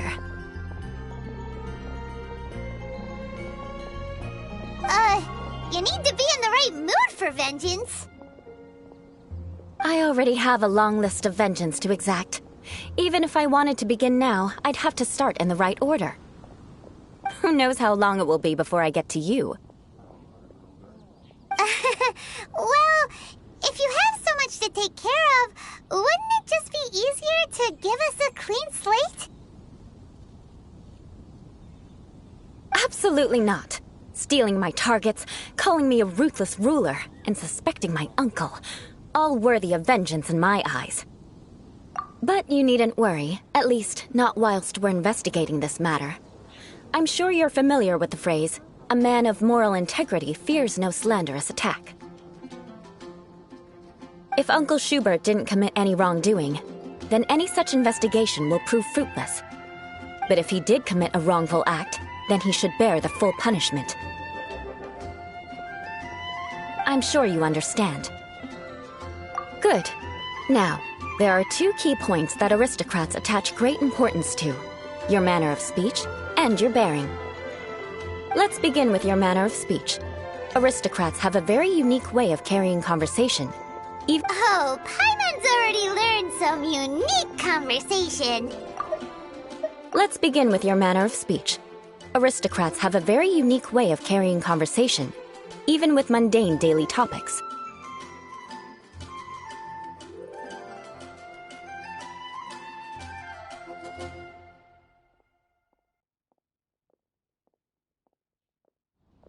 Mark my words, vengeance will be mine!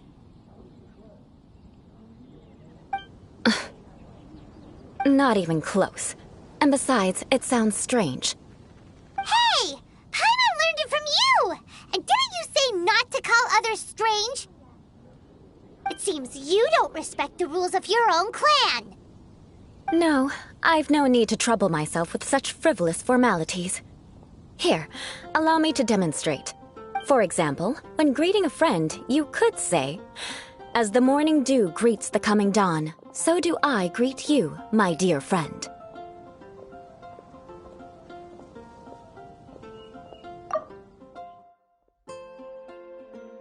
For example, when greeting a friend, you could say, "As the morning dew greets the coming dawn, so do I greet you, my dear friend."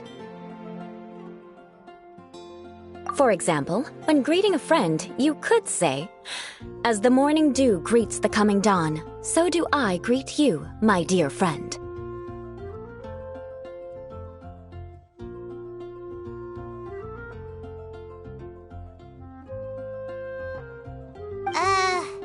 As the morning dew does what now?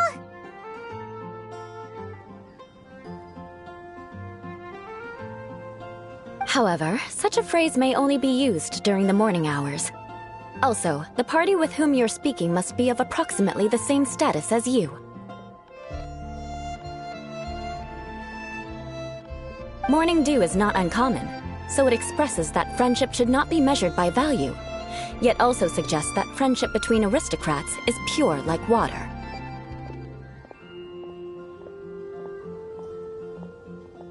Oh, no. You must be prudent with your words.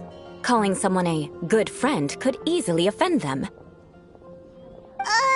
But didn't you just say my dear friend in your example? Paimon's confused. Yes, I did. But you must know in the Lawrence family, dear friend is a set phrase that can only be used towards certain friends with whom one is acquainted, but not particularly close. It sounds much more pleasant to call an acquaintance a dear friend. So another thing to remember, aristocrats are concerned with face and being polite. However, if you were to use dear friend to address an intimate friend, the recipient would think that you were deliberately trying to estrange them.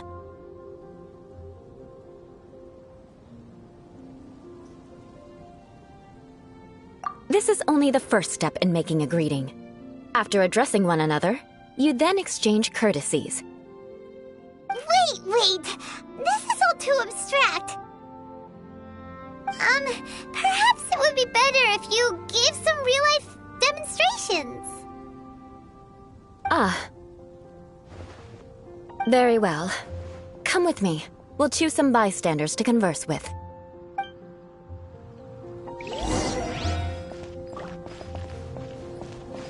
May the god of Avalon protect you. Oh, you're Eula of the Lawrence clan, right? This can't be good. You there, lowly laborer. You stand in the presence of a member of the illustrious Lawrence clan. I have words for you. You there, lowly laborer. You stand in the presence of a... You there, lowly laborer. You stand in the presence of a member of the illustrious Lawrence clan. I have words for you. Please acknowledge the glory bestowed upon thee by the nobility... What comes next? Oh, right. By solemnly kneeling to the ground with utmost sincerity. Huh? I can't make heads or tails of anything you're saying. Hold on. What did they always teach me? Whenever a dispute arises, protection of your family's prestige and dignity always takes precedence. Got it. As a lowly commoner, you shall maintain absolute reverence when speaking with those under which you so graciously toil. How dare you speak in such a manner? Got it. As a lowly commoner, you shall maintain absolute reverence when speaking with those under which you so graciously toil. How dare you speak in such a manner? Is everyone from the Lawrence clan so strange? The days of the Lawrence clan's tyranny have long passed. I don't care what you're trying to do, just beat it. Like I said, I don't care what you're doing. I have nothing to say to any member of the Lawrence clan. And here's a word of advice. I wouldn't be caught dead walking too closely with any one of their like in Mondstadt. If that's all, I'll be going. I'm afraid I won't be able to control myself if we talk any longer. Hey! Don't leave! Halt!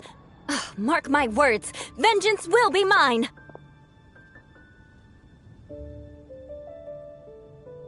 Wow, the Lawrence name really does carry a terrible reputation. Never mind him. I could have predicted as much. Let's find someone else.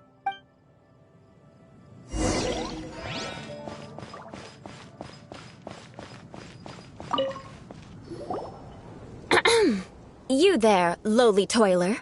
You stand in the presence of a member of the illustrious Lawrence clan. I have words for you. Please acknowledge the glory bestowed upon thee by the nobility, and solemnly kneel to the ground with utmost sincerity. Please acknowledge the glory bestowed upon thee by the nobility. Huh? Why don't you respond?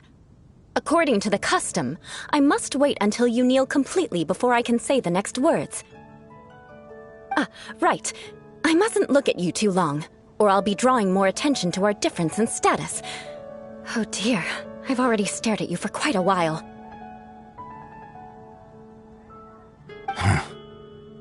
Fine. You may spare yourself the formality of kneeling, as it may be a little inconvenient. I shall continue. Oh, wait. I think there's a line for people with rude attitudes in this situation. Hey, stop bothering me or else I might say something you wouldn't like to hear. Then again, I've got no words for anyone from the Lawrence clan. Again? What's with this attitude? Yes, I don't think his attitude will change. If I keep grandstanding like this, the outcome won't be good. Let's try to find someone else to talk to. I'll remember your unwillingness to comply.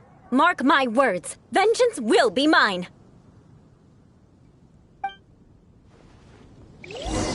Listen, I have no idea what she's trying to do, but trust me, you two should just keep away from her.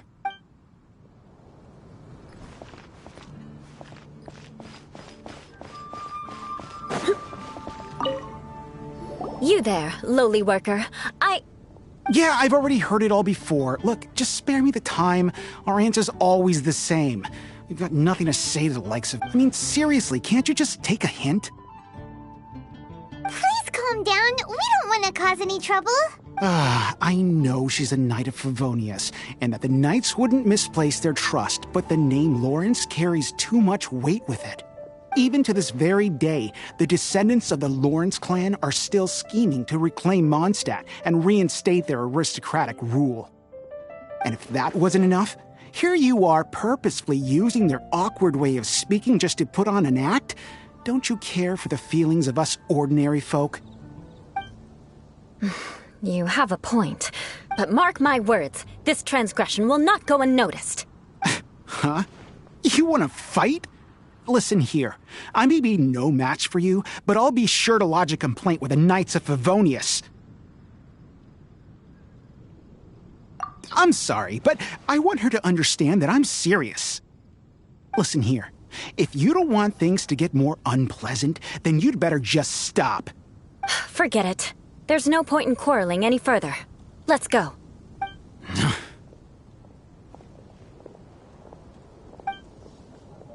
It's all right. This happens quite often. Let's find someone else to talk to. Paimon thinks we've seen enough now. Let's just stop. Actually, Paimon thinks we should apologize for asking you to demonstrate for us. We had no idea the feelings between the Lawrence clan and the people of Mondstadt were so bitter. What can we do?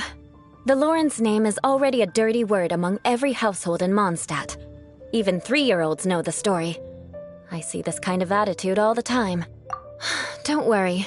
What with me being a Knight of Favonius, they're usually willing to speak a few words with me. Perhaps my aristocratic manner of speech provoked them today. Believe me, it's not a big issue. So this is the way things are normally for you? There's no need for them to direct their anger at you personally. That's the way things are. Perhaps it's just fate for those who have made mistakes. Accepting punishment is only fair, right? But when your family has committed atrocities, I'm afraid there's no easy path to reconciliation. As memories are carried in the city breeze, the faults of such grievances are passed from one generation to the next. It is now my turn to bear this burden. At least I have a means of living a relatively normal life compared to the elders of my family. I have nothing to be discontented about. Yeah, why were you so willing to try and demonstrate for us? Oh, that reminds me. That last person will not escape my vengeance either. Let's leave it at that. Just think of it as something I like to do. But unfortunately, you probably didn't learn much from those conversations. It seems we have no other choice but to find more people to talk to. No need! Besides, the Traveler's pretty sharp, and nothing gets in our way on an adventure. Paimon thinks we got the gist of it now. Right? Right? We'll just have to roll with it for now. Let's just keep Eula from getting anyone else riled up. Well then, I'm glad you learned something. You're already halfway toward mastering aristocratic conduct. A proper manner of speech is more aesthetic than anything else. It stems from their taste for refinement. But we must also practice your bearing. I have a very effective way of training for this. Come with me to Dragonspine.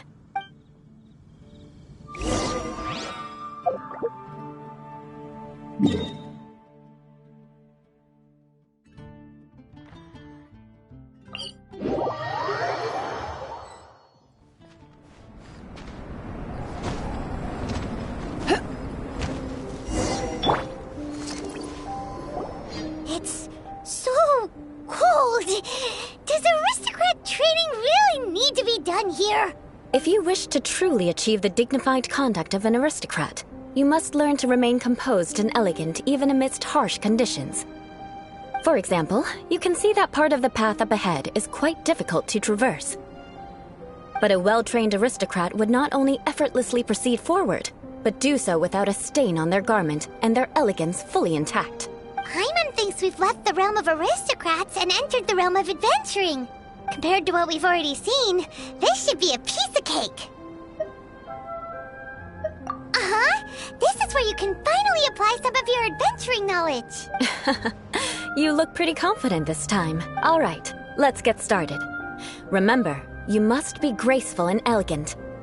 Don't get knocked or launched into the air. That would be most unsightly.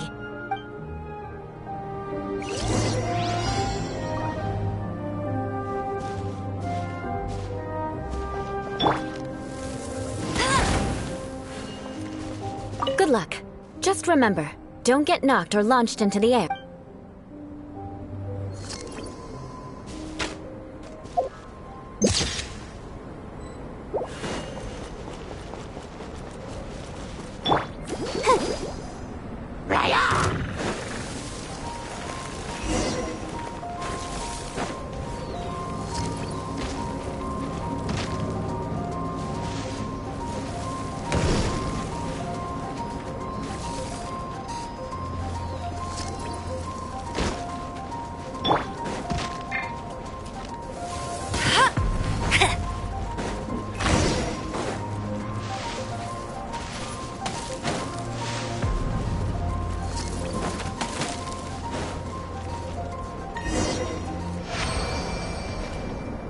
Not bad.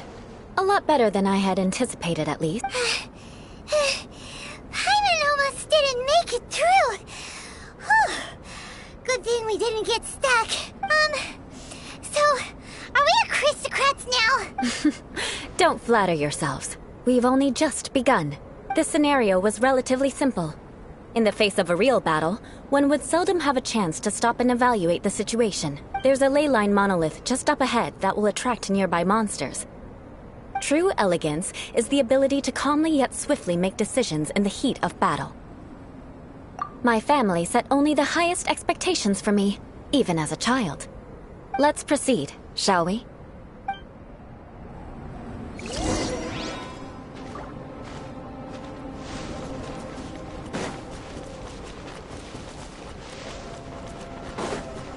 This is the ley line monolith.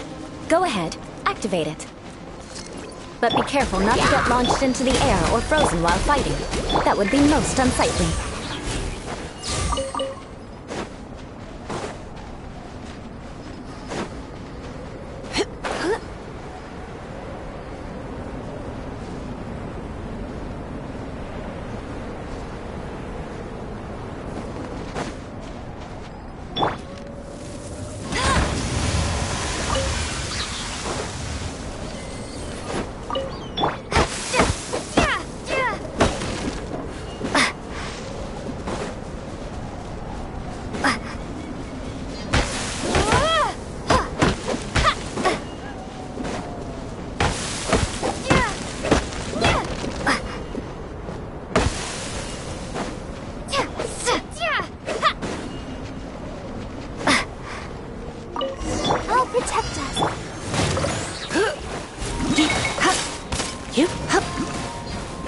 Let's spark things up a little.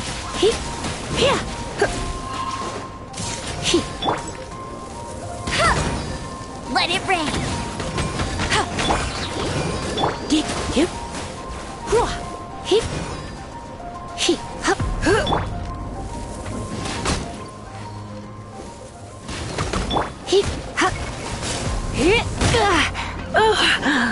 My.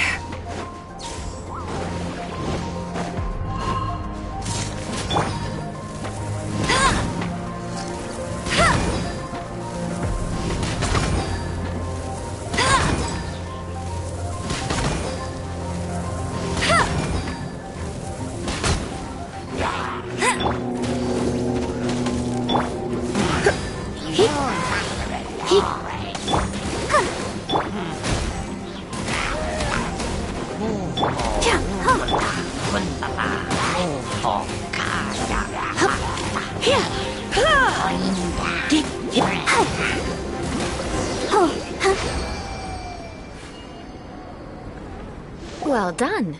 Your performance was most impressive. And you managed to remain calm even in these grueling dragonspine surroundings. I'm starting to wonder if even I could have done the same. Given such an outstanding performance, it seems there is little left for me to teach you. Like Paimon said, adventuring is our specialty. training, right? Then let's get out of Dragonspine before Paimon turns into a popsicle! Hold on. I was commending the Traveler's performance just now. You, on the other hand, seem to have made no progress at all. What? You mean Paimon was also part of the training? Yes, of course. You were frantically flying and dashing about throughout the entire thing. Not an elegant sight at all. Did you even listen to anything I was trying to teach you? Hey! That's not true! Paimon was just focusing on you the whole time! Whatever the reason, not heeding my instructions. A cause for vengeance, perhaps. Now, drink this. Huh? What is it? Are you trying to poison Paimon? Certainly not. It's warm milk. Didn't you just say that you were freezing? Drink it and it'll help warm you up. Oh, thank you. Are you still planning on the whole vengeance thing? If I wasn't, then why would I care about you being cold? If you turned into a Paimon popsicle, that would ruin my plans for vengeance now, wouldn't it? So, dear friend, don't die on me out here. Ah! Paimon knew something was off! All in the name of vengeance. No need to thank me. Now then, given that your training is complete, it's time we return to Mondstadt. Our last step will be preparing a cordial gift to present to my uncle when you meet him. I already have something in mind. Let's pay Sarah a visit at Good Hunter.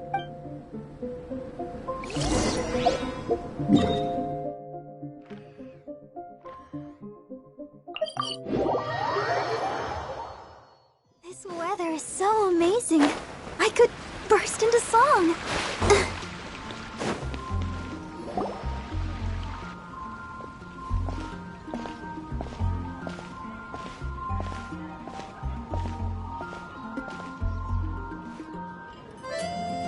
Oh, hey, Eula. I see you've met the honorary knight. We meet again, Amber. Seems we're just bound to run into you these days. Well, I just got back and was thinking about grabbing a bite at Good Hunter. But now that you're here, why don't we all eat together? Very well. It's been some time since we've last shared a meal together. Come, take a seat. We can discuss my uncle's gift while we eat. Yes? Is there something else you'd like to order? Could you please prepare a serving of my uncle's favorite, gebratenes Fleisch mit Sauerkraut? We'll take it as a gift to him later.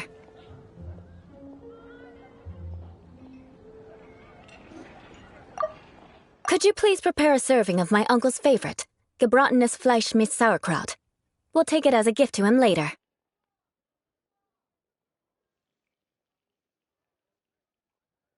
Could you please prepare a serving of my uncle's favorite, gebratenes Fleisch mit Sauerkraut? We'll take it as a gift to him later. Coming right up. It'll take some time to prepare. I'll have it here at the counter once it's ready. Hold on a moment. Is this satisfying salad also something that Amber ordered? No, she didn't order it. But because she didn't order any vegetables, I thought I'd throw in a salad on the house. You know, to contrast all the meat dishes. So, we clearly didn't order this, yet you prepared it without authorization. Mark my words, this transgression will not go unnoticed. You're gonna take revenge on her for giving us a free salad? You should know me by now. That's the kind of villainous character I am. Well then, please wait a moment while I get the dish for your uncle started.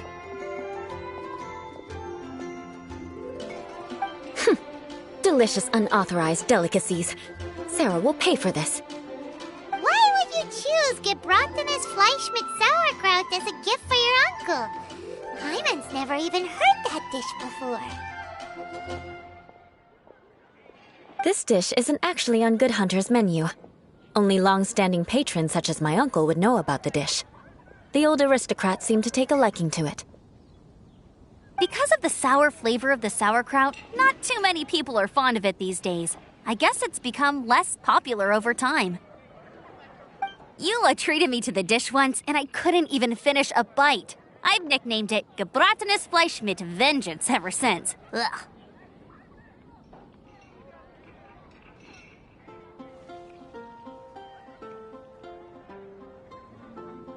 I never expected us to have such completely different tastes in food. If I weren't in such a good mood, I'd say that constitutes grounds for transgression. Of course not. It's hard to find someone in Mondstadt that attracts contempt as much as she does. It's fine when you're just joking between us, but I'm afraid our honorary knight might misunderstand you. Eula's always talking about vengeance, but that's just how she is. It's nothing you should take too seriously. But I am serious, and I'll remember every transgression committed against me. Ugh, it's no wonder so many people dislike you.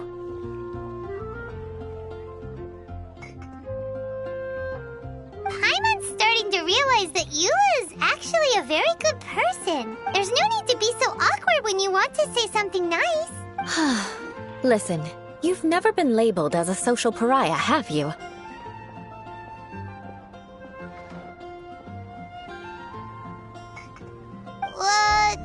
Well, no? So that's why you wouldn't understand how hard it is for a bad person to try to be good. It's impossible for me, and I have no intention of acting like a good person.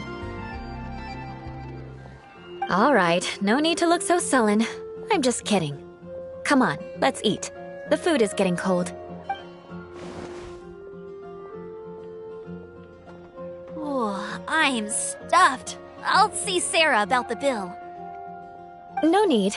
I've left the mora under the plate. If you try to settle it with her in person, she won't accept payment for the salad. Don't underestimate my ability to exact revenge. Sarah won't get the upper hand this time. All right, next you should pay my uncle a visit. He has a small camp at the top of the mountain near Springvale. He usually whiles his time away there when there's nothing else to do. Aren't you coming with us, Eula? I'm afraid that wouldn't be very convenient for me. It'd be better if you two went alone. Ah, yes. Please do remember to pick up the dish from Sarah. I still have more recon to do in the wilderness. Well, until next time. Let's meet again. What an interesting bunch you are.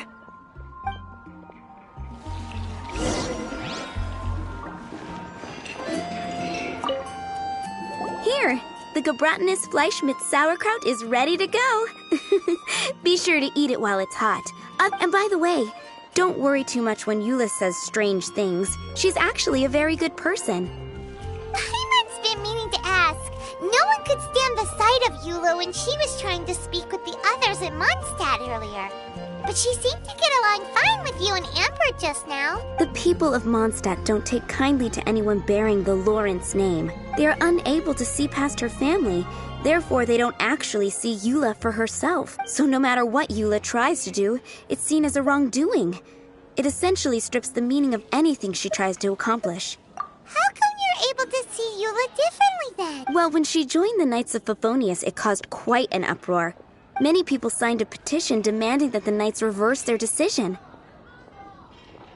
At the same time, numerous members of the Lawrence clan crowded the entrance of the Knights of Favonius headquarters, clamoring for Eula to give an explanation. Whoa, so both sides were unhappy. That's right. So you can imagine how determined Eula must have been under such circumstances. But thanks to Grandmaster Varka and the unwavering attitudes of others in the Knights of Favonius, they were able to quell the unrest. Tensions still remain beneath the surface, I'm afraid. In the eyes of the people, she's a stain on the Knights of Favonius. And in the eyes of the Lawrence clan, she's a disgrace to her family. But she simply fulfills her duty as a knight, silently helping one person after another, myself included. People like Eula should be approached with care and understanding. She could stand to be treated a little more fairly. I believe a day will come when things will get better. Once everything's settled, we should go talk to Eula again. Paimon thinks we know how to communicate with her now. I'm glad. I think that would make her very happy, though she might not ever admit it. Take care. Please come again.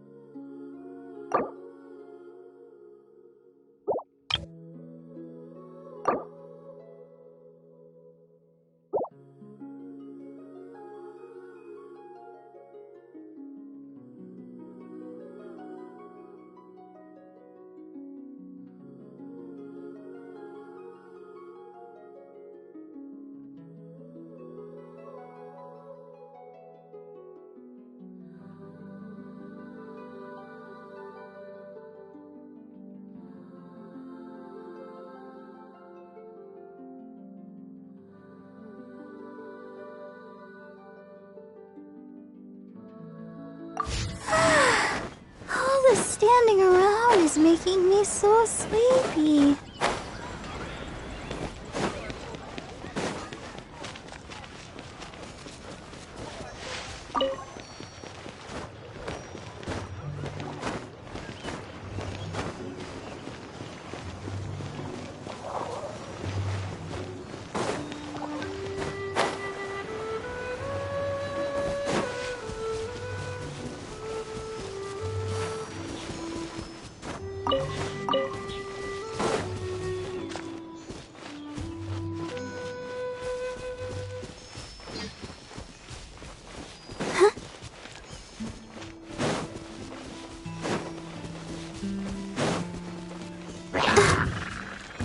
Go, Barbara, go!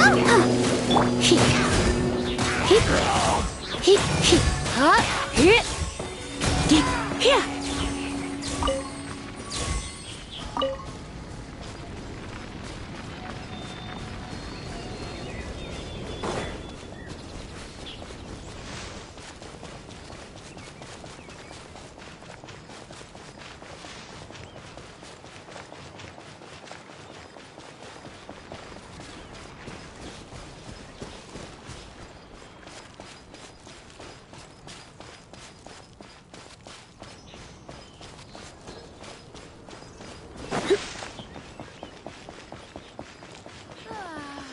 You!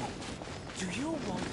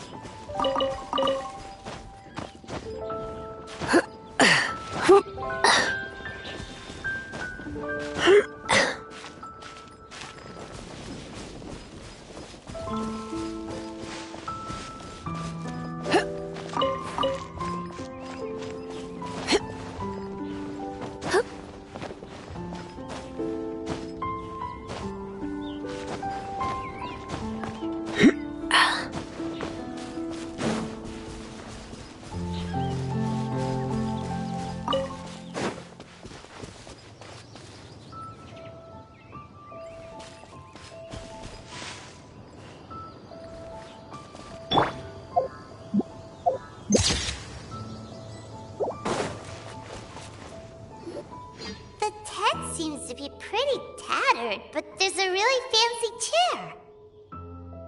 Could this be another aristocratic custom? Ah, it's you again. I thought I had rid myself of you two. A few humble words, huh? Yes, that sounds appropriate enough. Very well. I'm certainly not one to be narrow-minded. I'll overlook your previous misconduct for now and listen to what you have to say. Wow, this guy thinks so highly of himself.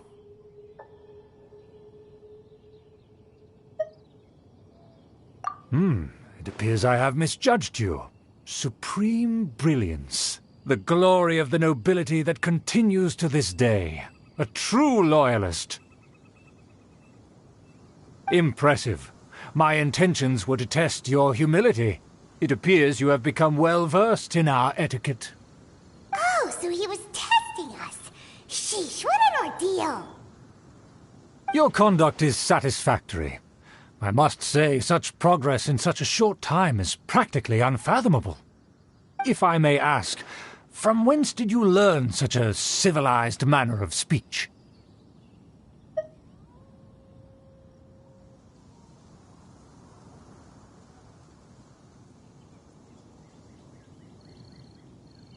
Ah, good. Very good. You are bright, and compared with the common folk of Mondstadt, you certainly have potential. If you were of aristocratic blood, your prospects would be promising indeed. By the way, we brought a gift. Paimon means we would like to present you with a small token of our goodwill. Huh? Could this be? Gebratenes Fleisch mit Sauerkraut?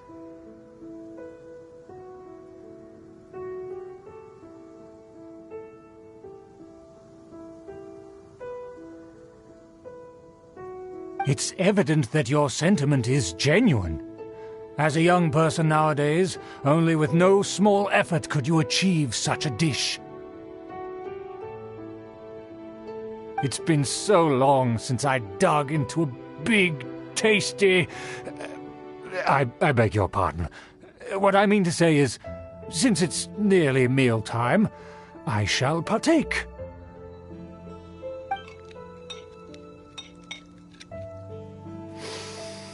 Ah, yes, this aroma, just as I remember it, and this exquisite sour flavor. A delicacy that only us noblemen and women could appreciate. Now even Paimon's starting to wonder what it tastes like. I acknowledge your genuine goodwill. Such sincerity must certainly imply that you come bearing a request. Wait, so you've come to know of this, too? It was meant to be a family secret.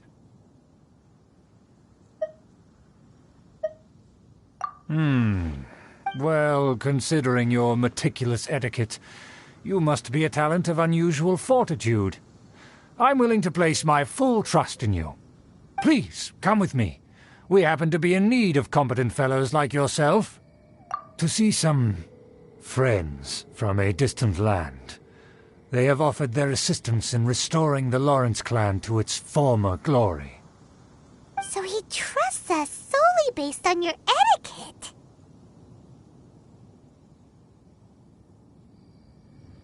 Well then, let's get going, shall we? You'll understand everything in due course.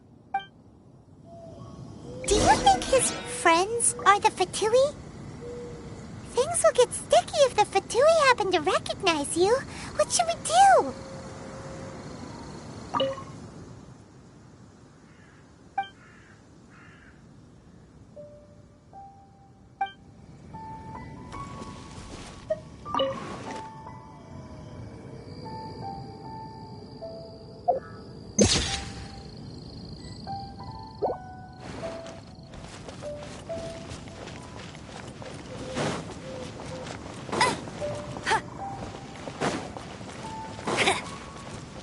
I'll race you there.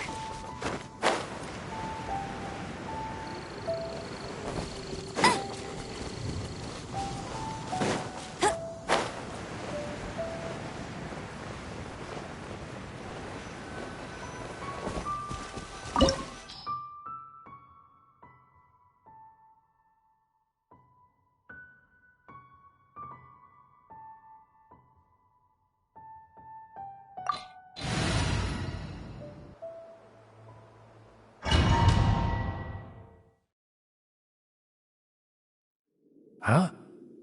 Why have you put on a mask all of a sudden?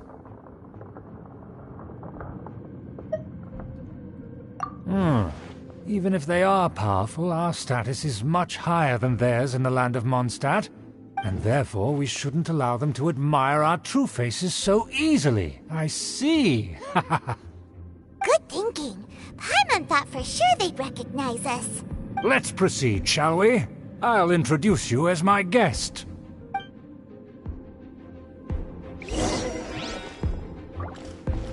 As you'll see in a moment, there are many already helping us. I heard that this area had already been purged once by the Knights of Favonius, but it's the only place around Mondstadt that is well concealed and spacious enough. Although it has fallen into disrepair and does not suit the tastes of the nobility, we simply have to make do for now. Sorry, can we walk any faster? Of course not. An aristocrat always moves with grace in his steps. Moving hurriedly is unacceptable. As expected, it's the Fatui! As expected? Because we always see them around the city. They must be very powerful. Our preparations have been thorough, but I still can't shake this uneasy feeling. Our preparation, but I still can't...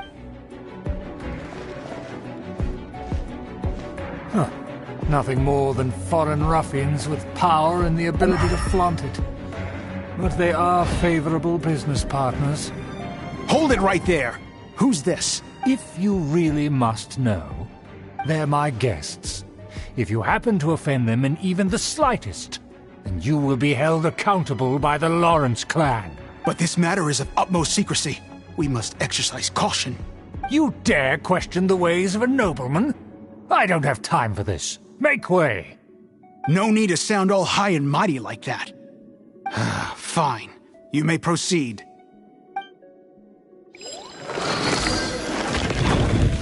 Don't wander about if you don't have business being here. Good thing you're with us. They don't dare to question you. Who are you? Just because someone brought you here, don't think you can wander around. Of course. That is the benefit of prestige. In past times, it would be a dire offense to speak to a nobleman in such a manner. We could determine a person's fate with the blink of an eye. And such glory will return to me again before long.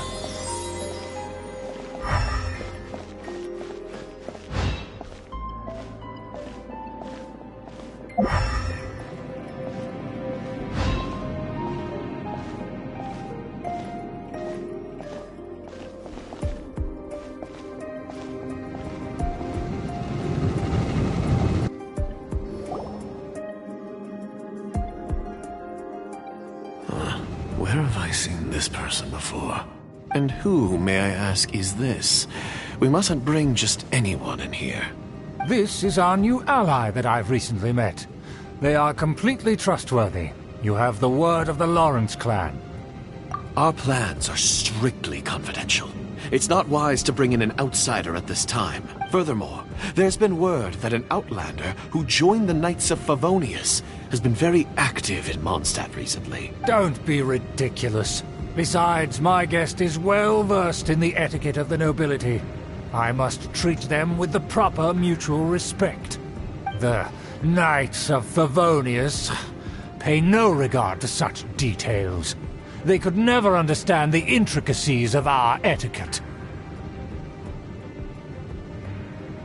And what about this thing? You mean Paimon? Enough! You dare question my word? Need I remind you who it is who has made your activity in Mondstadt possible? Without the support of the Lawrence clan, you would have all been driven out by the Knights of Favonius like dogs. You must immediately offer your sincerest apologies to my friend. You've offended their honor. Fine. I'll take your word and make no further inquiries. Now, to the matter at hand. Did you bring the diagram of Mondstadt's defenses as promised? Oh, so that's what's going on here. Yes, of course. Here it is. Let me see. Why is it so poorly drawn? Everything's so squiggly and crooked. And what is this shape supposed to be?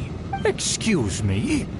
I'll have you know that I went to great lengths to carefully draw this map by hand myself. That shape is the symbol of the Knights of Favonius. I see. Crude, but I can make do. Are you able to verify that this is all reliable information? Of course, you needn't worry about that. Don't forget what we agreed upon. The flag of the Lawrence clan will fly above the Knights of Favonius headquarters. The rights to that building, as well as the whole of Mondstadt, belong to the Lawrence clan. Yes, we will both profit from this agreement. There's no use haggling over the details. We will make good use of the intel you provided. Also, be certain not to divulge our identity. There would be diplomatic consequences, you know. Don't worry, this matter is only between you and I. And my new friend here. No one else will know of it. Once this is over, I shall stand atop the Favonius headquarters and rebuke their pathetic rule over Mondstadt. Then, the city and all its people will once again be under the rightful and unwavering rule of the Lawrence clan. Perfect. just as it once was, and just as it should be. May I remind you once again that we mustn't act rashly. Very well. Huh? What are you doing? That's right! It's the Honorary Knight and their trusty companion, Paimon! We're here to crush your evil schemes into dust! So this was all just a ploy to deceive me! It's your own fault! Who would put so much trust in someone based purely on their manners? After so much planning, this is how it ends? Huh! We'll see about that!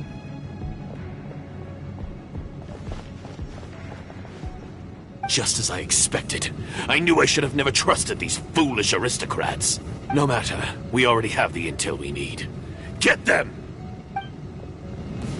They're running off in different directions. Paimon remembers that this place is a dead end. Let's take care of the Fatui first and then deal with Schubert later. Oh, you got it. Don't get killjoy. We've only just begun. Can't run.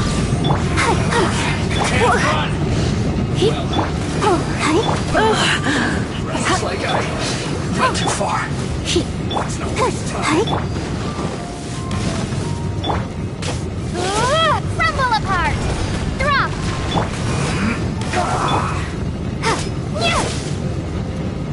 No escape!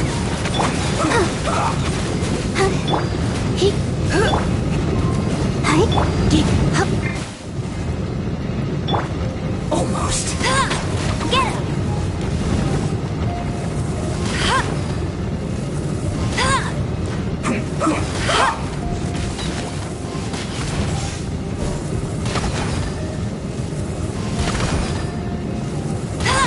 Let's end this quickly. You? Let's not waste time.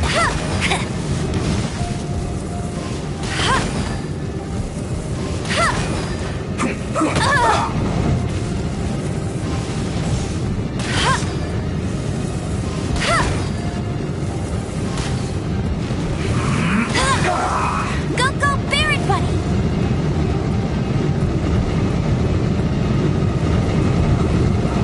Out! Meanie!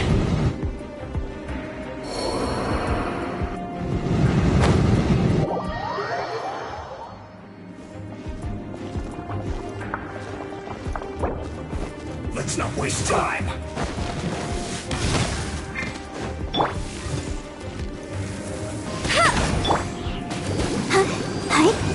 I'll protect us.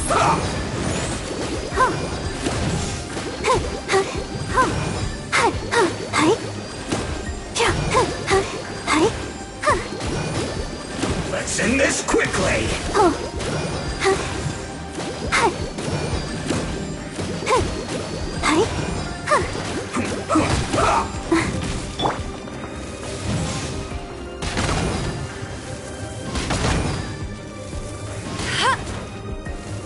The door is open. Let's go.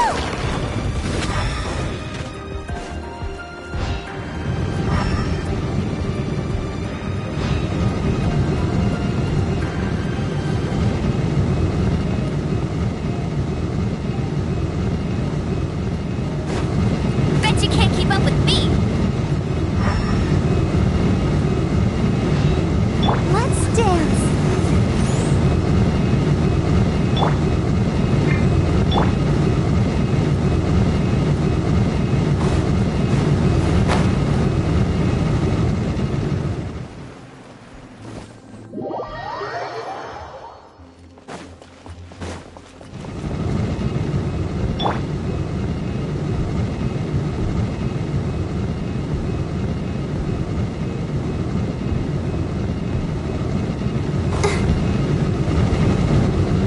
I'll protect us.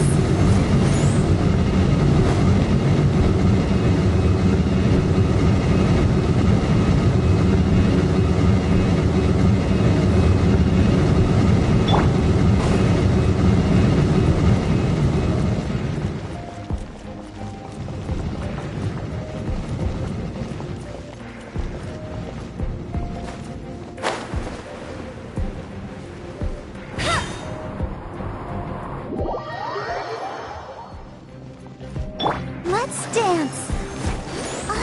Is that Eula?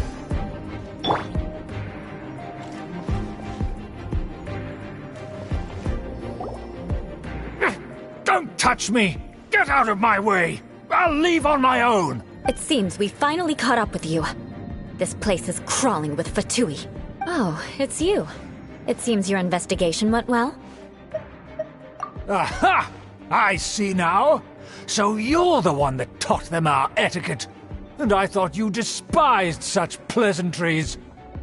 Furthermore, there is a rule in our family. Such traditions are never to be taught to outsiders. Ah, yes. Rings a bell. So what? I had no reason not to teach them. You have brought shame to our family and ruined my plans. It's all for naught now. I know that you poured great efforts into these plans, Uncle. But you were well aware that it was not the right thing to do. As a Knight of Favonius, I could not overlook your actions. Knight of Favonius? Let's get one thing straight. I am your uncle, and you are a member of the Lawrence clan. You should strive to restore your family's glory.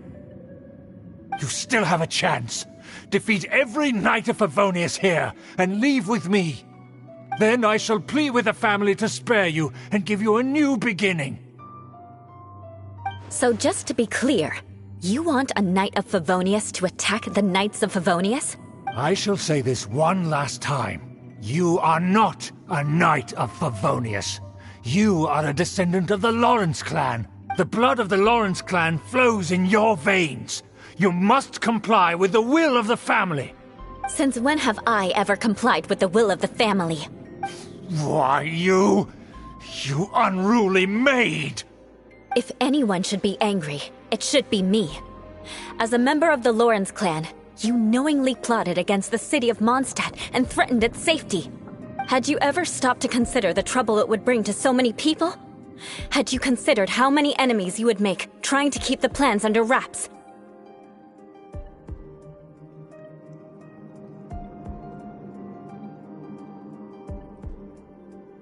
You dare lecture me? That's right. In the name of the family that you so dearly revere, Uncle Schubert. I've never experienced the age of glory you always speak of, and I've never understood our family's incessant pursuit of it. But I am capable of discerning right from wrong, and I deeply understand what freedom means to the people of Mondstadt. The Lawrence clan should never and will never become what you've dreamed it to be.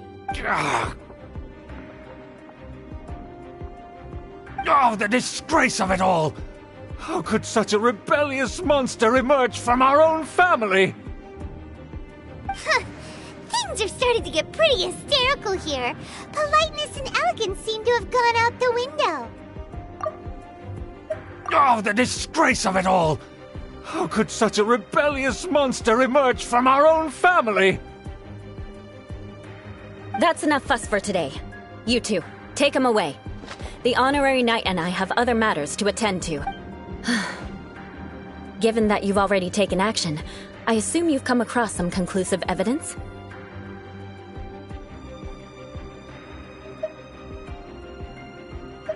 Paimon took a peek at their diagram. Your uncle had mapped out all of the Knight's patrol routes and marked out key information about Mondstadt. And there was me thinking that he was just another elder of the family. And a lazy one at that. I never suspected he could stoop this low. So stubborn. Mark my words, vengeance will be mine. Let's discuss this later. Our first priority is recovering that diagram.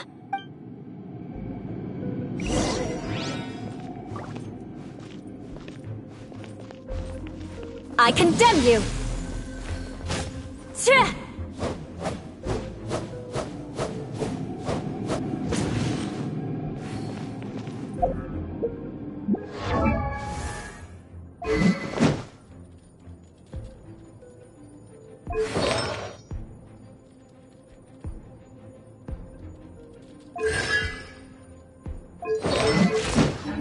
Beg for mercy.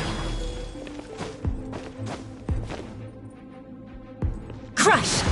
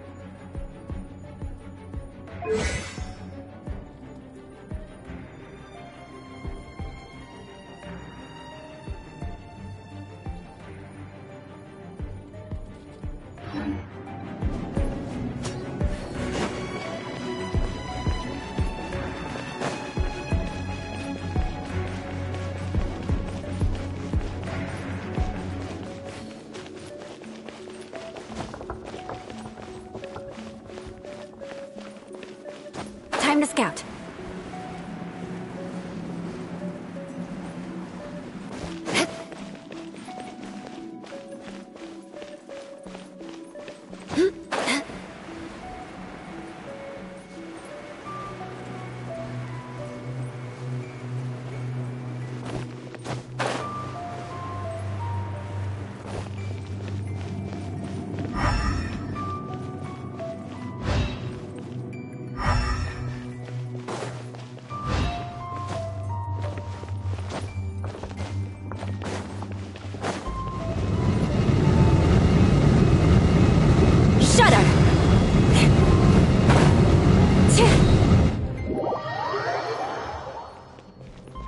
Let the show begin.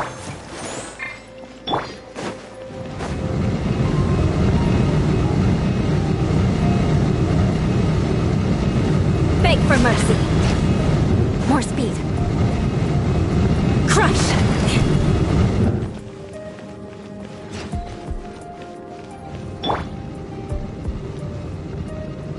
More speed. Beg for mercy.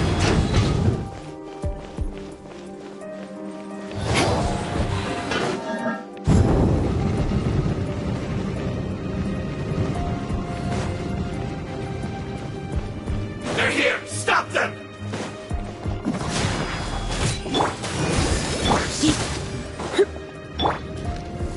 That seemed to work. Beg for mercy. This first. Harden up! Harden up! Take Shut up! cover! I must guard myself. Beg for mercy.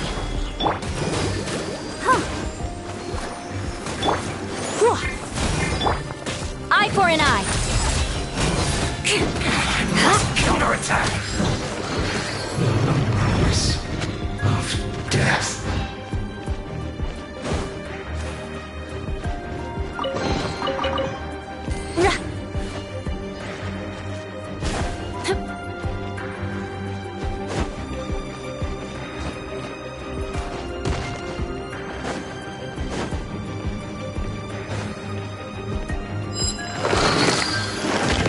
I'll protect us. Well met. Shudder. You can't run! Beg for mercy. Well, I miscalculated. Harden up!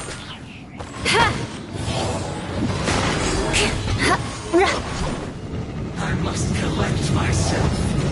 Shudder. This is true.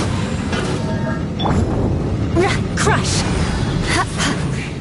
So quiet.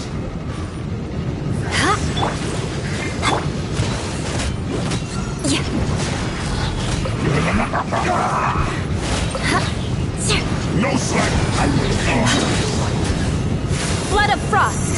Don't waste time. Harden up. Shudder. I smell it. This isn't good. Beg for mercy. Use. I must counterattack. Crush. Let the show begin. Beg for mercy. The loneliness of death. Shudder.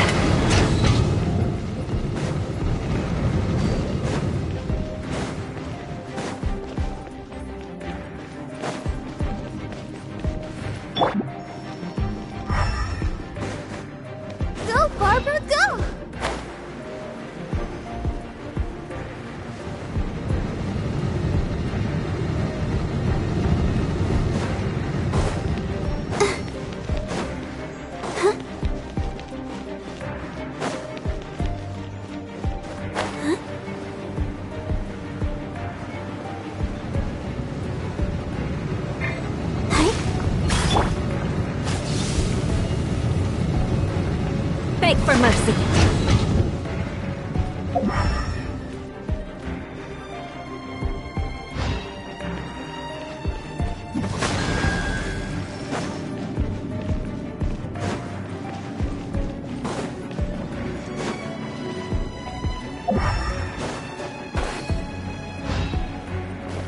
More speed.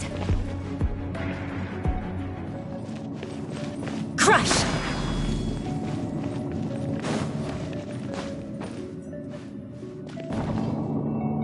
Let's dance. There it is! That's where they put the diagram! This here, huh? I guess there's no other option but to fight! You dare provoke me! Fatui, come forth and dispose of them! You can't run from death. Use this first. Shut up! Beg for mercy. Loneliness of death.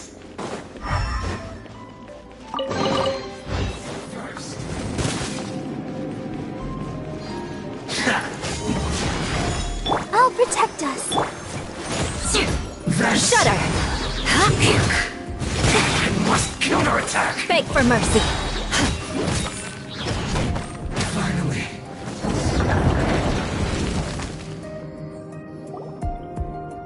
This must be it. They may very well have already made a copy of it. But without my uncle as their puppet, there'd be no use in them attacking the city. The Fatui wouldn't have relied only on your uncle. True. But if their plan had hinged purely on taking Mondstadt by force, as opposed to with the help of a puppet, they could have spared themselves the trouble. The Fatui are dishonest, but they wouldn't go as far as to start an open war. Their opposition wouldn't just be Mondstadt alone. Anyway, I'll inform the acting Grandmaster. She'll know how to handle things from here. Oh yeah! You suddenly appeared at just the right moment! Yeah, about that. Because you stole my targets by attacking the Fatui I'd been tracking earlier. I came to exact my vengeance.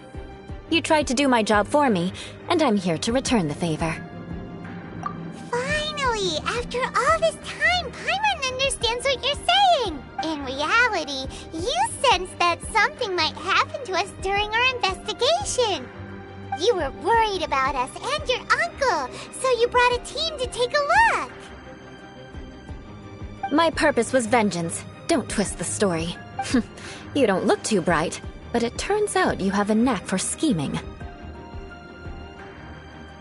And mark my words, I'll remember that. Hey! What do you mean Paimon doesn't look too bright? You have seeded a deep enmity between us. Just you wait. Even if you were to be completely destroyed, I would never forget you. Bring it on! I like your fighting spirit. I'll take this diagram back to the Knights of Favonius and take it from here. Sure! That you will. And make sure not to steal my targets next time.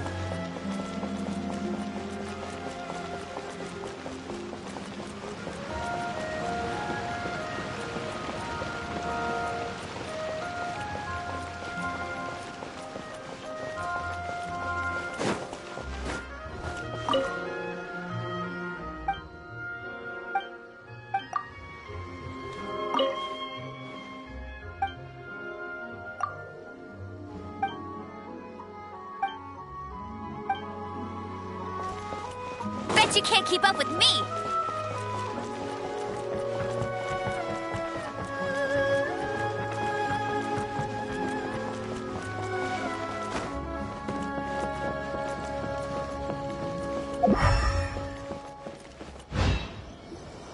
If the Tenryo Commission won't assist in dealing with the thunderstorm, the consequences could be catastrophic. It's not that we're unwilling to do our part. We just don't have any spare hands right now. I hope you can understand. Exactly. So let's keep the discussion going and see if we can find a solution. Hey, Toma! What's going on? Hello you two. We were just talking about what an impact you've made in Inazuma. Greetings. Thank you both again for delivering Miss Hiragi's letter that time. Ah, so they're friends of yours.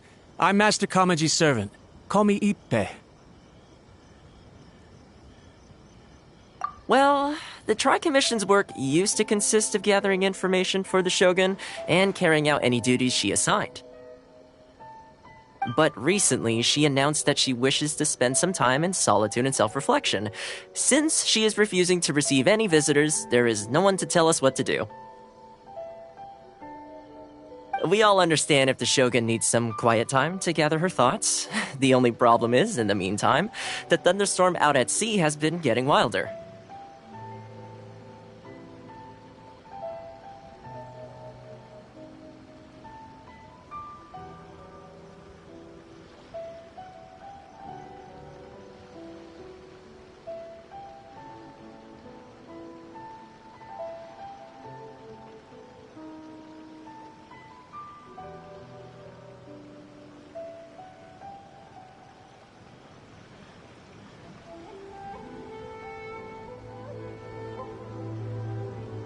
Yep, that's the one. And all the time...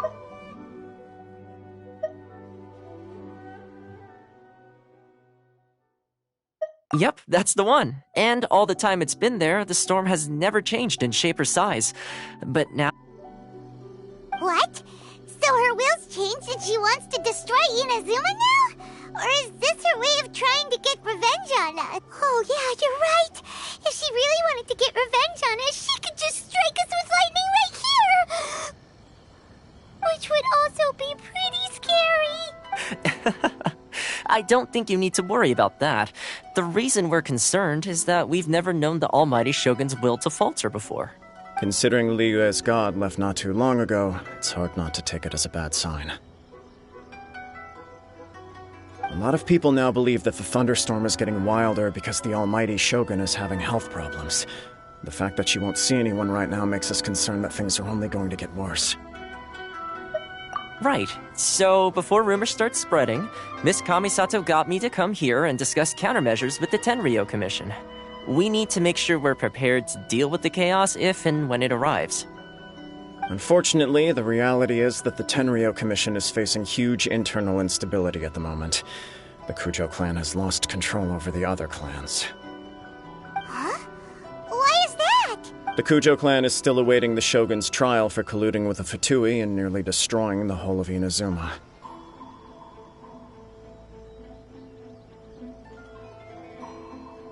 Everyone knows that a change of commissioner is inevitable.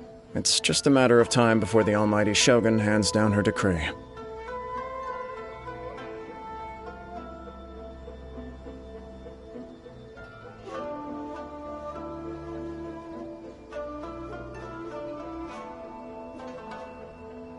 To put it simply, no one will take orders from the Kujo clan anymore.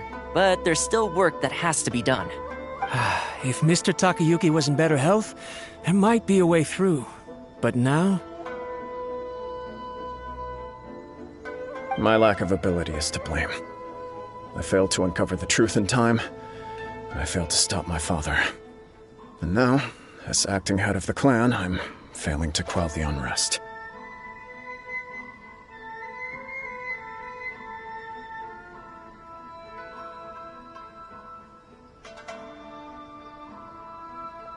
Don't blame yourself, Master.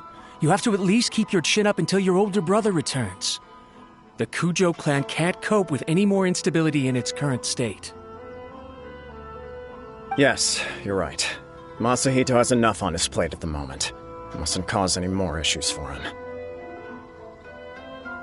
Okay, Toma, let's revisit this discussion in a few days. Right now, I need to go visit Takatsukasa Susumu, head of the Takatsukasa clan. He's the only one capable of taking charge of the situation now.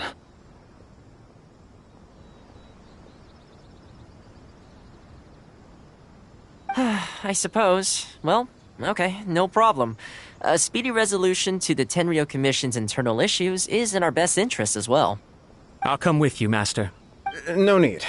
I'll handle this by myself.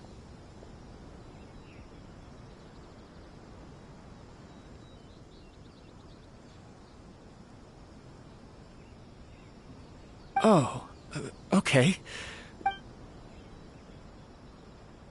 If you think about it, both the thunderstorm situation and the issue with the Tenryou Commission have been caused by the Shogun's decision to take some time off, right?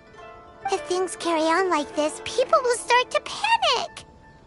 Huh? You can actually do that? Don't know for sure, but we may as well try. Whether she takes us up on the offer or not will depend on what mood she's in. Sounds like you guys know what to do. Shall I leave it up to you then? You know, everyone's worrying about the Shogun's condition, but if people got to see her in person, it would put their fears to rest. Thank you very much. I owe you one, again. The way Paimon sees it, there's only one person who might have the chance to see the Shogun while she's isolating, right? Let's take a trip to the Grand Narukami Shrine!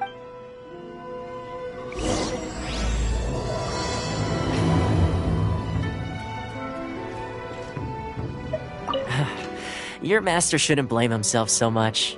Anyone else in his position would find it just as difficult to deal with. Exactly. He puts far too much... the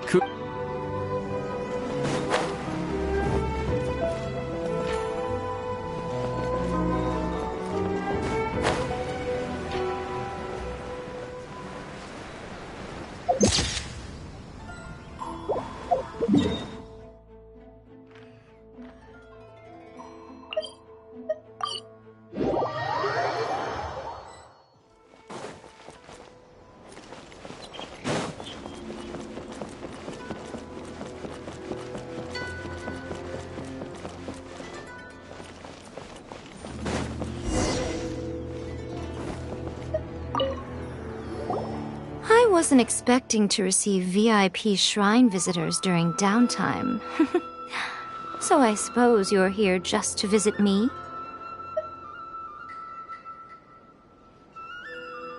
How cold. I saved your skin, didn't I? Surely you could at least humor me by engaging in some small talk first? Then again, I suppose your frankness is part of your charm. So tell me, what is the matter? We heard the Shogun decided to take a break, and since then the thunderstorm around Inazuma has gotten wilder. Rumor has it that the thunderstorm is affected by the Shogun's will, so people are worrying that something might be wrong with her. All right. There's little purpose in keeping anything hidden from you anyway. Since the battle, the Shogun has been greatly troubled and her temperament has changed drastically. What? Her power was already on the decline. Then you dealt her that fateful strike. The defeat was a heavy blow to her. It also didn't help that I forgot to bring her some tricolor dango and light novels when I went to see her.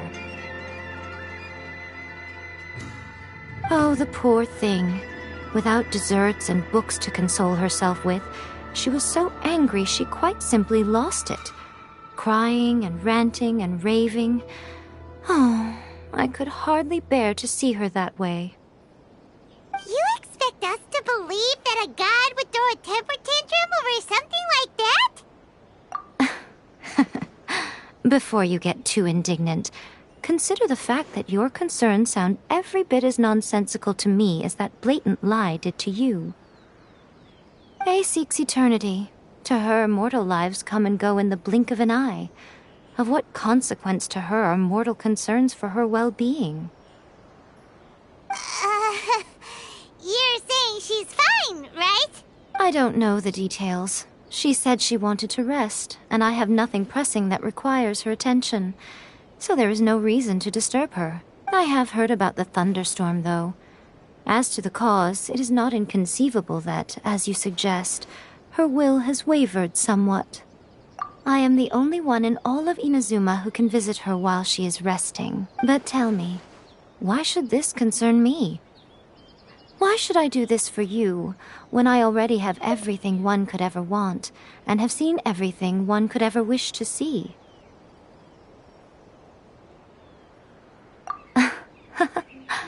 I like that answer. Here is the pass permit. Show it to the Okuzumeshu at the gate, and he will let you in. Thanks, Miko! My question was in jest, but since you answered it in earnest, please stay true to your word. Oh, and don't forget to return the pass permit to me after you have finished with it. She spends all her time alone. Having a visitor once in a while can't do any harm. As the one who shook eternity, you are her potential for change.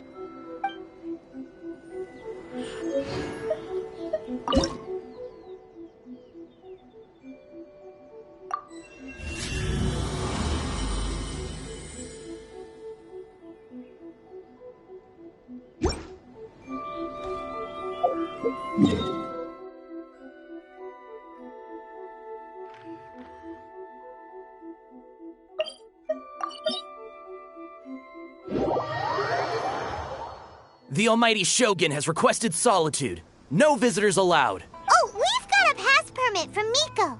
Don't be ridiculous. Lady Guji never gives her pass permit to another person, not even esteemed travelers like yourselves. Guji Ai is only authorized to hold that pass permit because of the trust that the Almighty Shogun places in her, and her alone. Wait, this is authentic. Understood. Then as the Shogun has ordered, I must not stand in your way. Apologies. Please proceed. Since the Shogun is resting at this time, please be especially respectful and make sure your behavior is impeccable.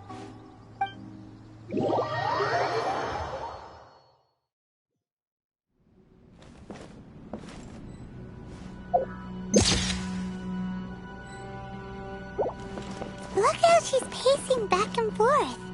Don't you think she looks a little anxious?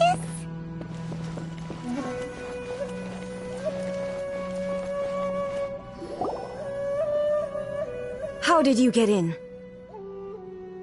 Trespassers are to be eliminated at once. Wait, no, it's us! Why are you treating us like we're your enemies? We made amends, didn't we? Also, we got in by totally legitimate means! Denied. Use of force has been forbidden. Anyway, be gone. Do not disturb my solitude.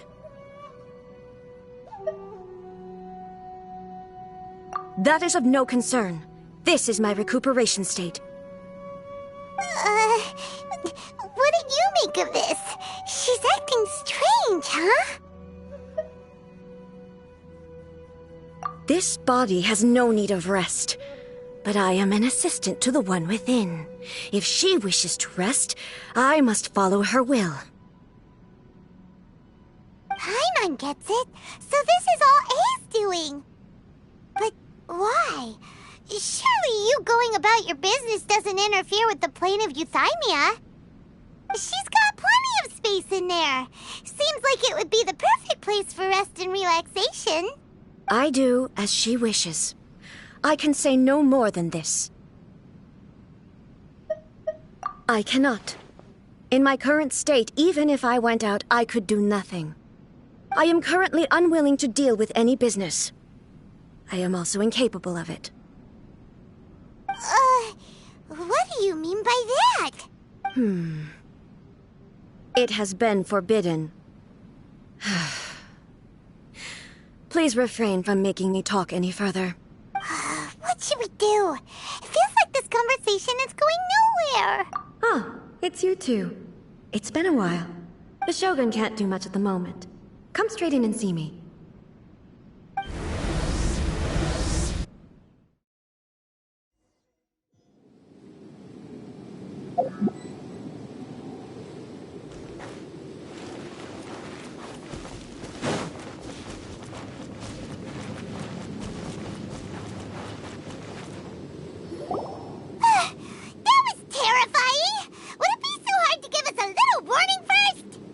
It's not your first time. I don't see what there is to be so alarmed about. So, is the Shogun broken? Are you gonna get it fixed, or...? Don't worry. The Shogun's not broken. I've just temporarily disabled many of her functions. Currently, the Shogun is unable to handle any business and cannot appear as me. So the easiest solution was to announce that I am resting. As I said, I need to think about Inazuma's eternity, and thinking takes time. But the Shogun is still running based on her old rules. I can't allow her to make any mistakes while I am working things out. Have you tried turning it off and on again? No. She was not created to ever be turned off. Furthermore, I had even predicted at the time that I may wish to modify the Shogun's operational rules at some point in the future. However, such changes would not be conducive to eternity. That's why the Shogun has a robust system to safeguard against modification. It's also to protect against unforeseen circumstances. For now, while I figure out the form that eternity should take, it's more effective for me to temporarily disable some of the puppet's functions. Oh, Paimon gets it now! The thunderstorm's getting out of control because some of the Shogun's functions have been disabled. The thunderstorm is getting out of control? This is the first I've heard of it. Huh? Okay, well, let us bring you up to speed. I see. You can fix it, right? It's just a minor error. This kind of thing was bound to happen. A small modification to the Shogun should fix it. Don't look at me like that. I've never had to tinker with the Shogun before, and she's very complicated. It's practically inevitable for something to go wrong when you start tweaking things. Yes, that's it. I'm not making excuses. It's the truth. That's fine. Just as long as you can fix it is all. Not much. As before, I can see the way forward, yet there are still contradictions. But there is no urgency. To reach an ill-conceived verdict in haste, just for the sake of having reached one, would be a confusion of priorities. If everyone sees that the Shogun is in good health, it'll put all the speculation and rumors out there to rest. And who knows? A change of scenery might put you in a different mood and give you some fresh inspiration. You mean leave the plane of euthymia? It's unnecessary, as far as I'm concerned. But since you're inviting me, a change of pace might well be nice. All right, then. I'll come out for a while. Oh, since the theme of the day is a change of pace, you can just call me A. I'm not a great fan of rigid titles. What? But you're just A's consciousness, aren't you? Can consciousness actually leave this place? I have my ways. I would never subject myself to imprisonment voluntarily. Oh, great! Then there's nothing to worry about. Allow us to be your tour guides. Tour guides? What's a tour guide? Someone to show you around the Inazuma of today and give you tips on where to eat and how to have fun. All right, let's go, go, go!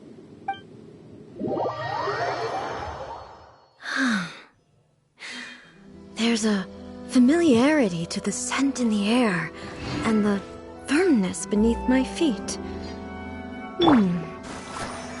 Now, time for a change of pace. Where should we go? To the liveliest place in town! That's the almighty Shogun. She's finished recovering already?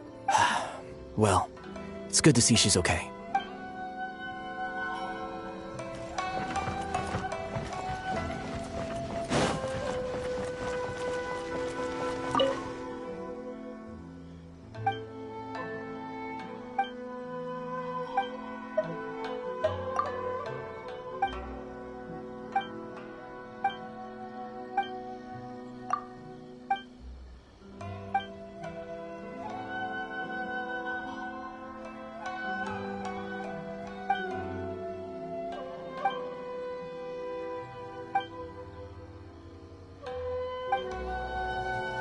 I'll race you there!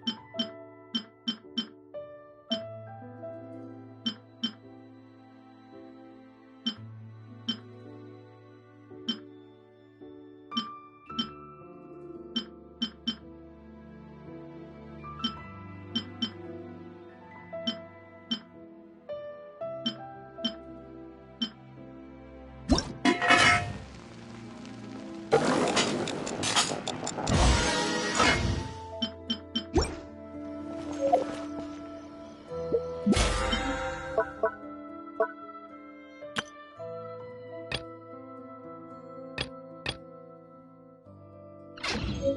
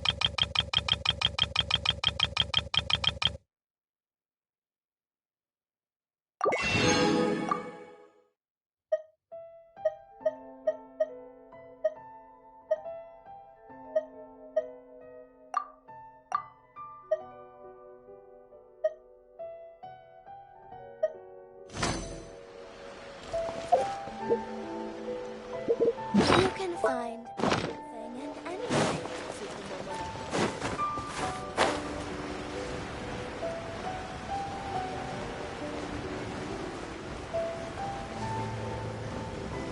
Please speak to President Sung.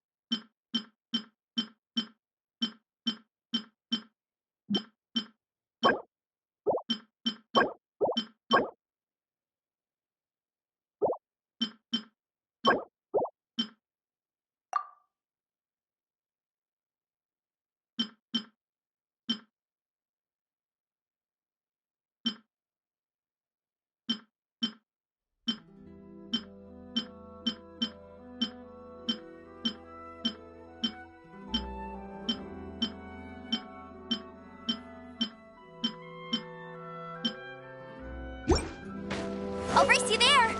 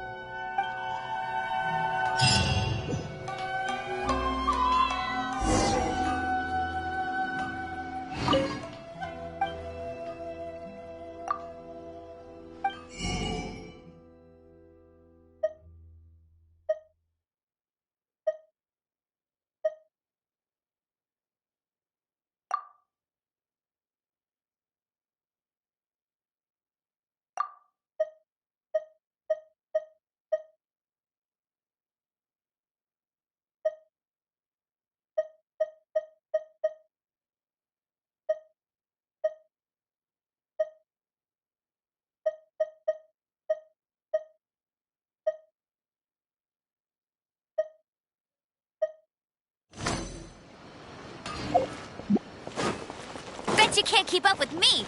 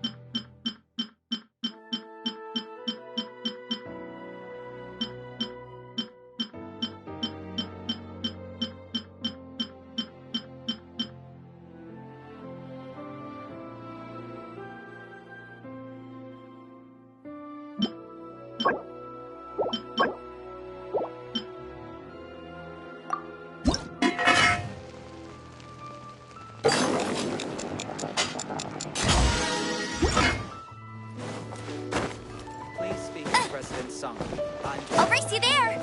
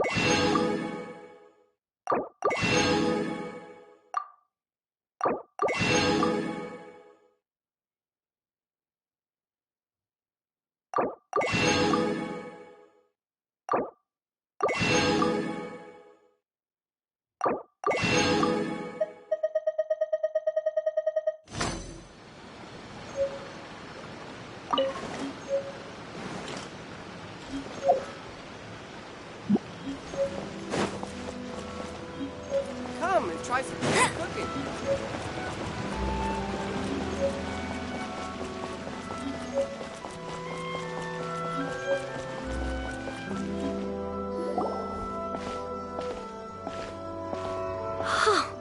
Is this the marketplace?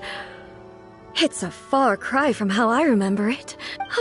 The stores have changed, and so have the vendors. Well, that's to be expected. It's the Shogun! What is the almighty Shogun doing here? Isn't the Shogun sick? This is quite sudden. I appear to have frightened the people. Well, what did you expect? The almighty Shogun makes an impromptu appearance in town? People are gonna freak out a bit. Patrolling the streets is the Tenryou Commission's job. The Shogun has a lot of information to process and orders to give out. She doesn't have time to deal with it herself. Additionally, the Shogun has no need of recreation. There would be no need for her to come here just to pass the time or... So, what do we do now?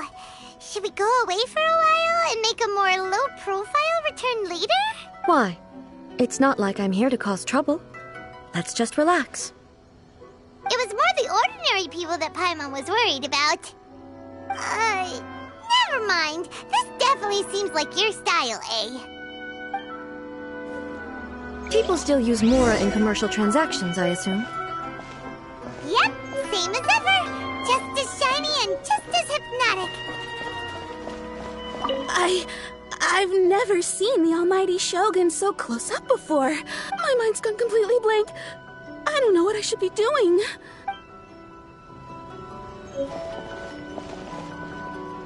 Wait a second. Hey!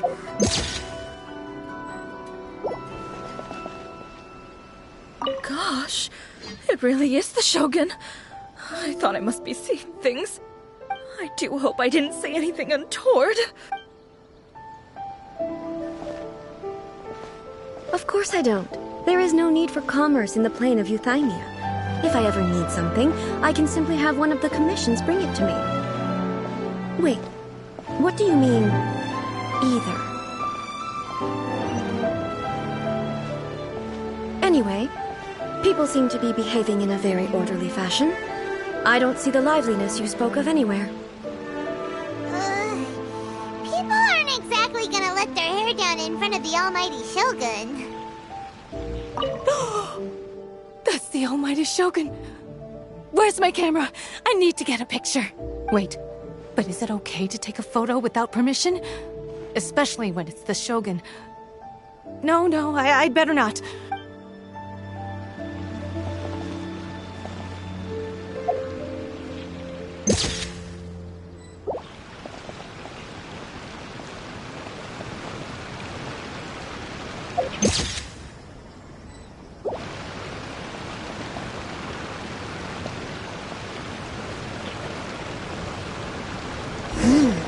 What is this stall selling?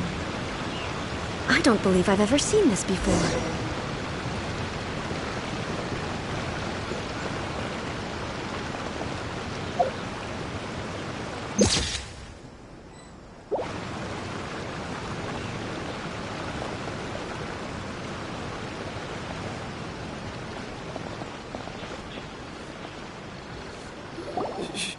Shogun, It's all right. Relax. I'm just here to look around. I'm having a change of pace today. Could you tell me about the items you're selling? Of course. I've got all kinds of snacks here. Takoyaki, dango, and milk, and so on. Huh? Milk? Sounds kind of like the odd one out. It might sound odd, but it is in fact my specialty. You see, many of the stores in town are already very well established. I couldn't compete with them no matter what I sell. So my idea was to create some new combinations to give customers a novel experience. For example, my latest concoction is this dango milk. When the dango are worked into a viscous form, they mix very nicely with the milk.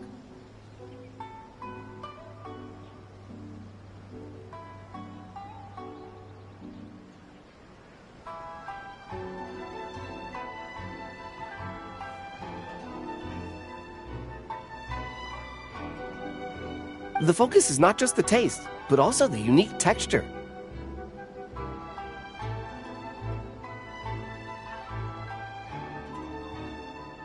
Oh, dango with milk. I've never heard of it. What made you want to do this? I'm sorry, Shogun. I've got no bone to pick with eternity. I said relax. There's no need to go treading on eggshells. Do you really think the eternity I pursue is something that can be shaken by dango and milk? Huh. Why do I feel like she's different than I expected? Actually, it came to me by chance. A friend was catering once and made too many dango, so they gave some to me. But there were more than I had use for. My milk wasn't selling well at that time either, and both dango and milk have a short shelf life. So I thought I'd try mixing the two as I had nothing to lose. To my surprise, in the right proportion, it tasted superb. A chance combination. Interesting. May I try this drink? The almighty Shogun wants to try? Well, certainly. And you two should try it too.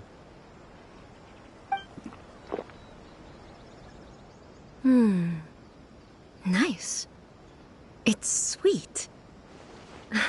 The sensation is not so different from eating a dessert.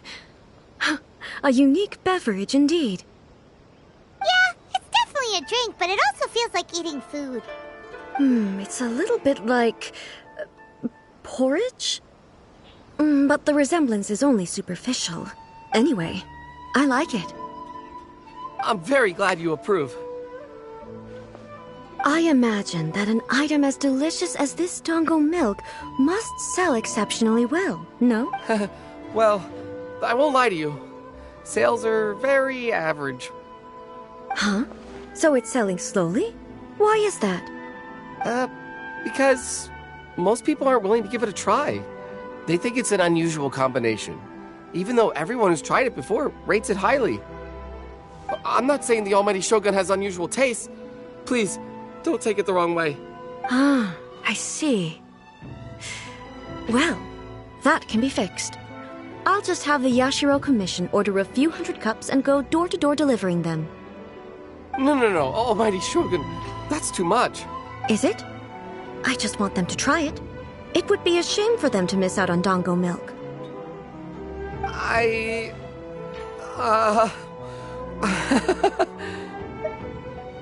Oh, I would No. No need. That would be needlessly indulgent. There's nothing like dessert for improving one's mood. Much more enjoyable than meditating alone all the time. By the way, Miko mentioned that she founded something called the Yai Publishing House to sell some sort of light novels. She's always bragging to me about it, but it's difficult for me to really imagine without seeing the place for myself. Can you take me there? Sure! Let's go and have a look! Oh, the Almighty Shogun actually rates my Dango milk. This is incredible. I was thinking of giving up on it, but now...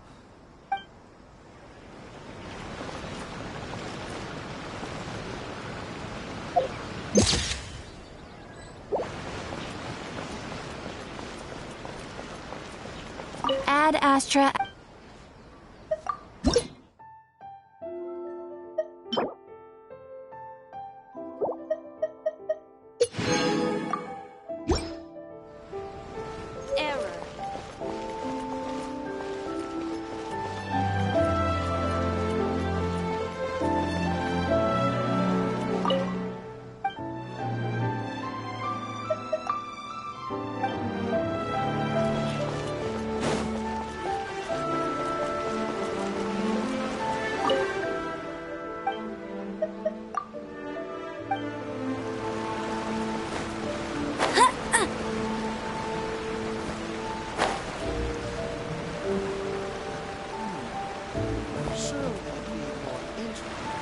Shogun!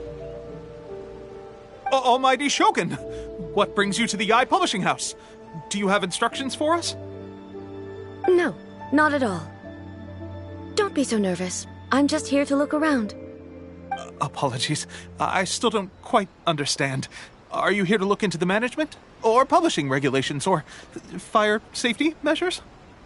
She just wants to browse your books. The Almighty Shogun wishes to...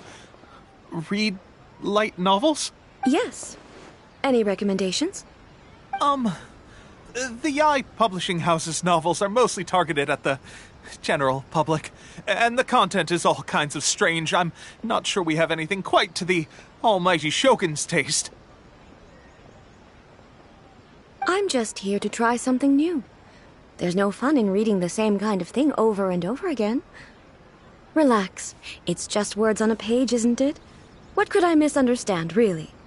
In principle, you're absolutely right. It's just... It'll be fine. If there's anything the Shogun doesn't understand, we'll explain it to her. Well... okay then.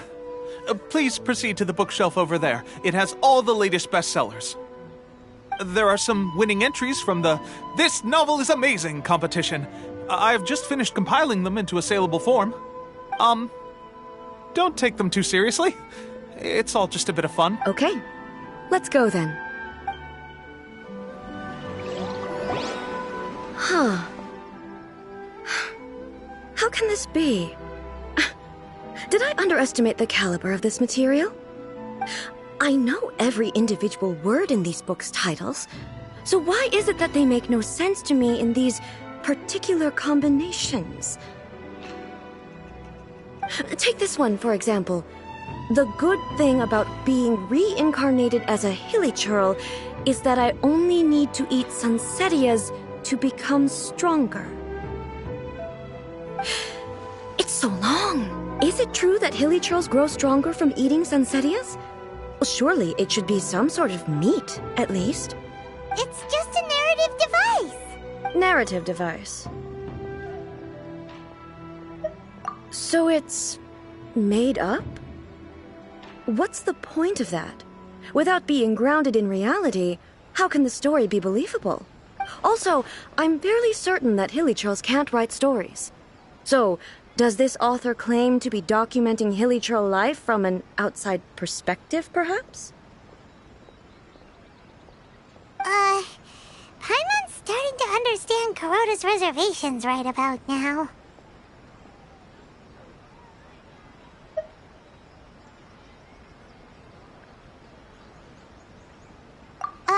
How about we choose for you? We can pick out some novels that are easier to understand and give you the scoop. All right, then. I believe myself to be relatively well-read, but with stories like these, I don't even know where to start. I have high hopes, though. This seems like Miko's style, so I'm sure the stories are very entertaining. All right, leave it to us. We'll be back in a jiffy. This could be a pretty tough job. Let's see what we're up against.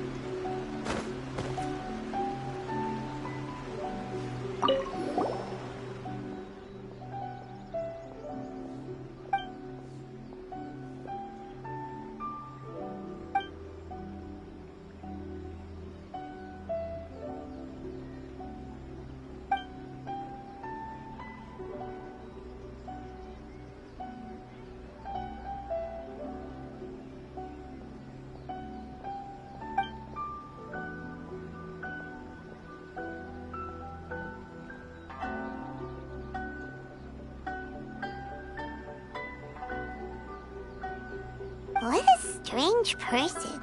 Why would someone want to be a novelist that badly? Someone like that could easily become the top martial arts pro in the world. You do have a point. And a character so determined to follow their ambition is likely to appeal to A, right?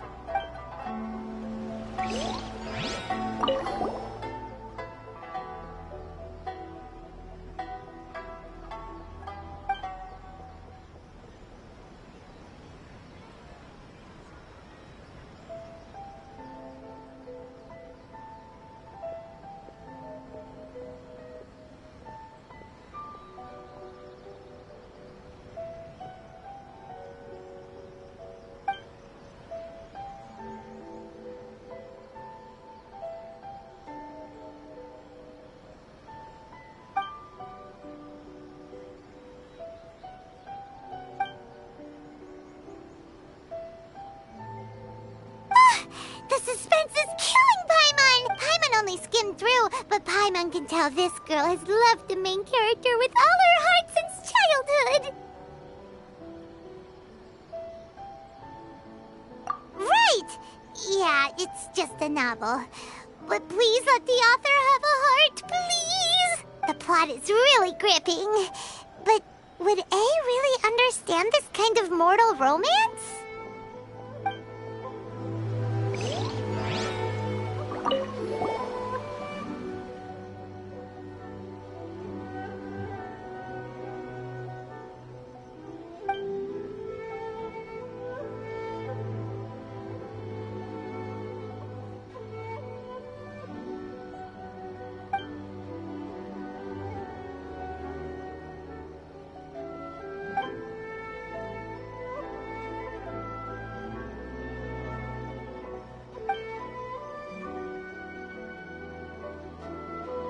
With a premise like this, it's no wonder Kuroda was nervous about letting A look around. Paimon thinks it might be best not to bring this one up with A. We might get the author in trouble. Well, if someone turned into Paimon and did a bunch of stuff this Paimon would never do, Paimon would feel really uncomfortable. That's all of them.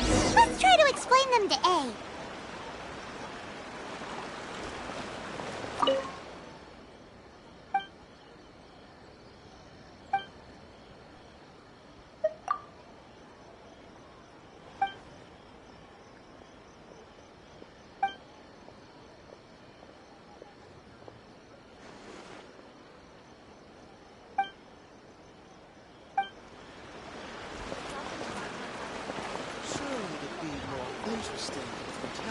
discover their ability to stop time.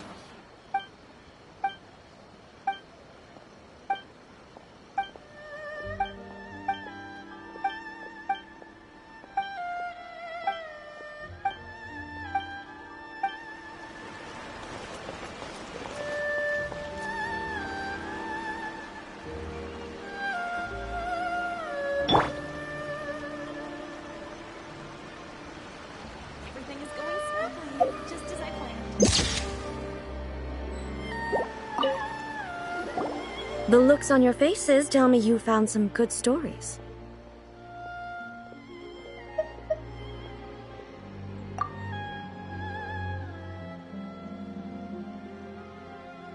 Hey! Paimon thought we agreed not to bring that one up. It's okay. I find it quite interesting. I didn't realize that this was how ordinary people viewed the Shogun. She would never use the Muso no Hitotachi as frivolously as she does in the pages of this book. Nor would she ever use it as a means of venting emotions. In reality, the reason for drawing her blade determines the martial form to use and the degree of power with which to imbue it. Since there is such a great deal of difference between the story and the reality, I don't feel offended at all. On the contrary, I find the author's powers of imagination quite admirable. That said, I hear that Yae Publishing House's novels are all reviewed by Miko herself, which means that the content of this book must have been approved by her. In fact, no. It may even have been her idea in the first place. So what do you think of Yae Publishing House's light novels, eh? Do you like the stories we picked? What I take from these stories is not so much the content itself, but what they represent in terms of the effects of time upon Inazuma. Back when I decided to isolate myself in the plain of Euthymia, there was no Yae Publishing House, and certainly no stories of this kind. In accordance with my wishes, the Shogun did her best to create an eternal nation. A nation that, in theory, should remain entirely unchanged. But the fact is that both the food and the stories have changed with time. I disagree with your point of view. That's what I would say if we were still in the plain of Euthymia. But the truth is right here in front of my eyes, and I can't deny it. And that's exactly why we brought you out, to take a look around and get some fresh ideas. Sure, it's not the same as you remember, but one way or another, people are loving life in the present. That's gotta be a good thing, right? Yes, you're right. I'm wary of any and all change. But I do not wish for my pursuit of eternity to stop human lives from changing for the better. Thank you for inviting me out. This trip has been quite eye-opening for me. This may be an everyday occurrence for you, but for me, this trip has been quite an occasion. I've seen a lot, and it's made me think a lot. I really can't praise it highly enough. I hope I will remember it for a long time to come. Ooh, great idea! A's had a wonderful time, and a photo is the best way to remember. Take a photo? Once again, I'm faced with a combination of words that makes absolutely no sense to me. It's okay. Come with us. We'll find a scenic spot and show you what we...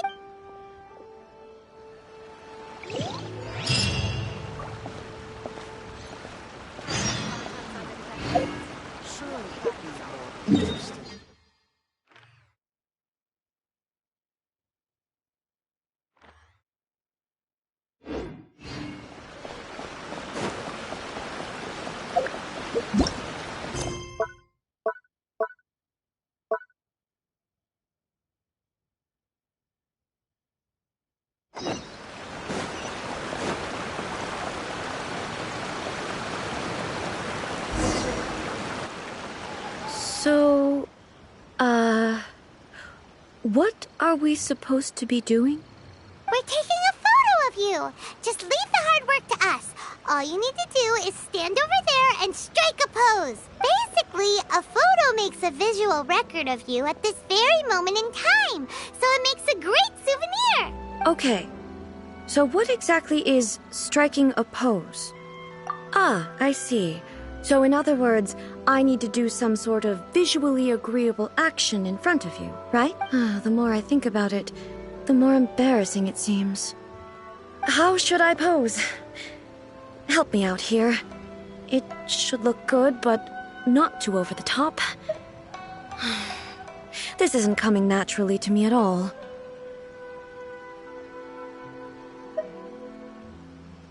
Okay, I'll try that. All right. Well, I'll leave the decision to you. This doesn't feel very... me. Is this okay? All right. Well, I'll leave the casual. How about this?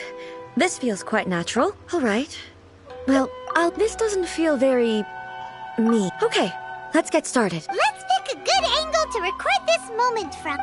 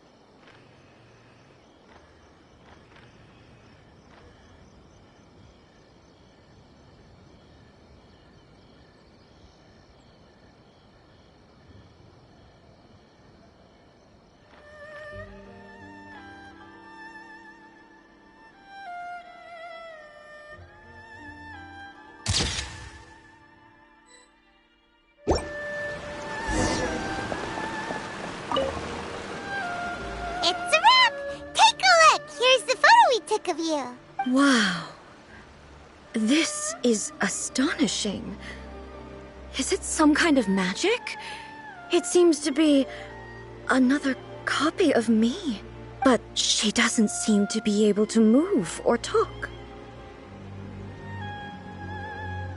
I thought it would turn out poorly because I felt rather rigid. But it actually looks more natural than I imagined. The pose is exactly the same, and so is the scenery in the background. I can't imagine how it's achieved. That's what makes it so special! Hang on. I'm still struggling to understand this. I need you to explain it again. So, the one in this photo, are you sure it isn't me? If it's not me, then why does she look exactly like me? And if she is me, then who am I? Okay, that's way above Paimon's head. Over to you, Traveler. Hey, that's right! Do you think the Shogun counts as you? Of course I do. It was never my intention to place control of Inazuma into anybody else's hands. So then, who does that make you, here and now? Well, I'm still me. There is no doubt about that. My existence... I think I understand. I am me. There is only one of me, but I can exist in many different forms. It's not important what form I exist in. The Shogun, for example, is one of my forms of existence. The question of whether or not she is me is not determined by any of her components. In that case, this picture is one of your forms of existence too. So even I, who seeks eternity, am constantly changing my form of existence.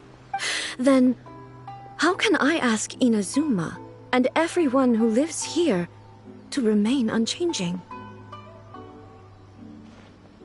Everything I have encountered on this journey with you has been from beyond my existing sphere of knowledge. You've seen a lot of my ignorant side today. Maybe you can't tell, but all this has challenged my understanding of things.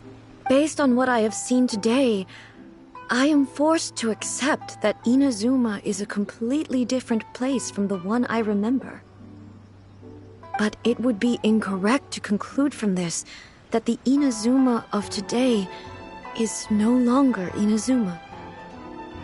Both the Vision Hunt Decree and the statue of the omnipresent God were conceived as a means of bringing about eternity. But if I were really getting closer to eternity, none of this ever would have happened. Perhaps... Perhaps I've been holding on to everything too tightly. Sounds to Paimon like Ace figured things out. And that means that we've done a really great job as her guides. Master Kamaji! Master Kamaji! Why is it getting so noisy down there? Oh, that sounded like Ippei. What could be the matter? Ippei? Is that someone from the Tenryou Commission? Yep, let's find out what's going on.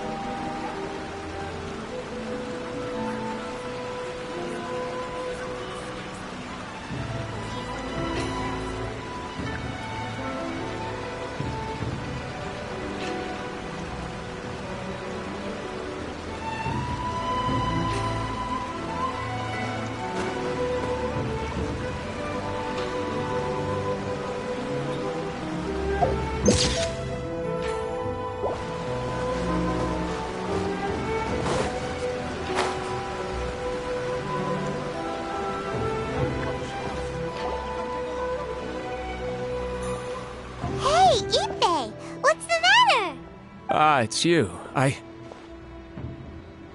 Huh? The Almighty Shogun. You must be looking for my master, Kujo Kamaji? I am very sorry, he's not here at the moment. But if it pleases you, I will gladly deliver a message on your behalf. It's okay. I'm not here to see him. We just heard you calling out, so we came to see what was going on. Yes. Master Kamaji still hasn't returned from the negotiations, and I'm starting to get worried. In fairness, he does have a habit of taking long walks and coming back late. It's perfectly possible that he just found somewhere he likes and lost track of time. But for some reason, today, I'm particularly nervous. Kujo Kamaji. A descendant of the Kujo clan, I presume. That's right.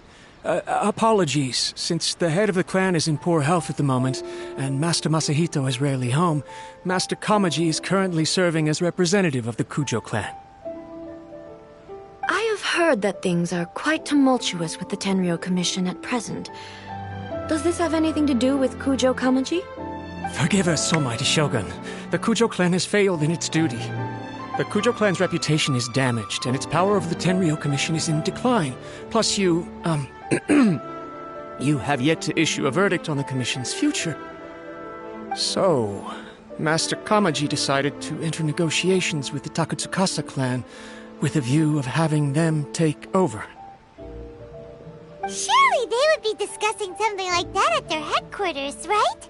Why are you looking for them here? Actually, they decided to hold this one elsewhere. I'm a little confused as to why, to be honest, but I didn't feel it was my place to question the higher-ups. The meeting place is in the mountains near the Grand Narukami Shrine. I believe the Takatsukasa clan have some kind of base there. Takatsukasa. Another familiar name. They have been faithfully serving the Kujo clan all these years? Yes, that's why Master Kamaji decided to discuss things with them. I understand they must have had a lot of ground to cover, but still, I've searched all over the city. If he really hasn't returned yet, then... Yeah, I thought of that possibility too. But someone of my rank can't just go venturing into Takatsukasa clan territory like that. No need. I'm probably just overthinking things. Besides, if they're still at it, they'll only blame me for interrupting the negotiations. I'm only a lowly servant.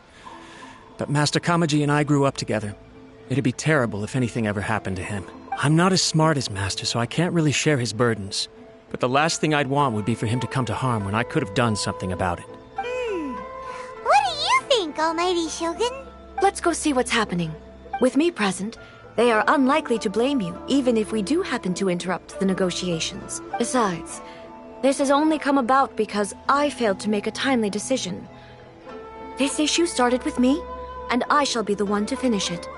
Thank you so much, Shogun. I'll keep looking around in the meantime, too. Let me mark out the location of the base for you. I hope everything goes smoothly.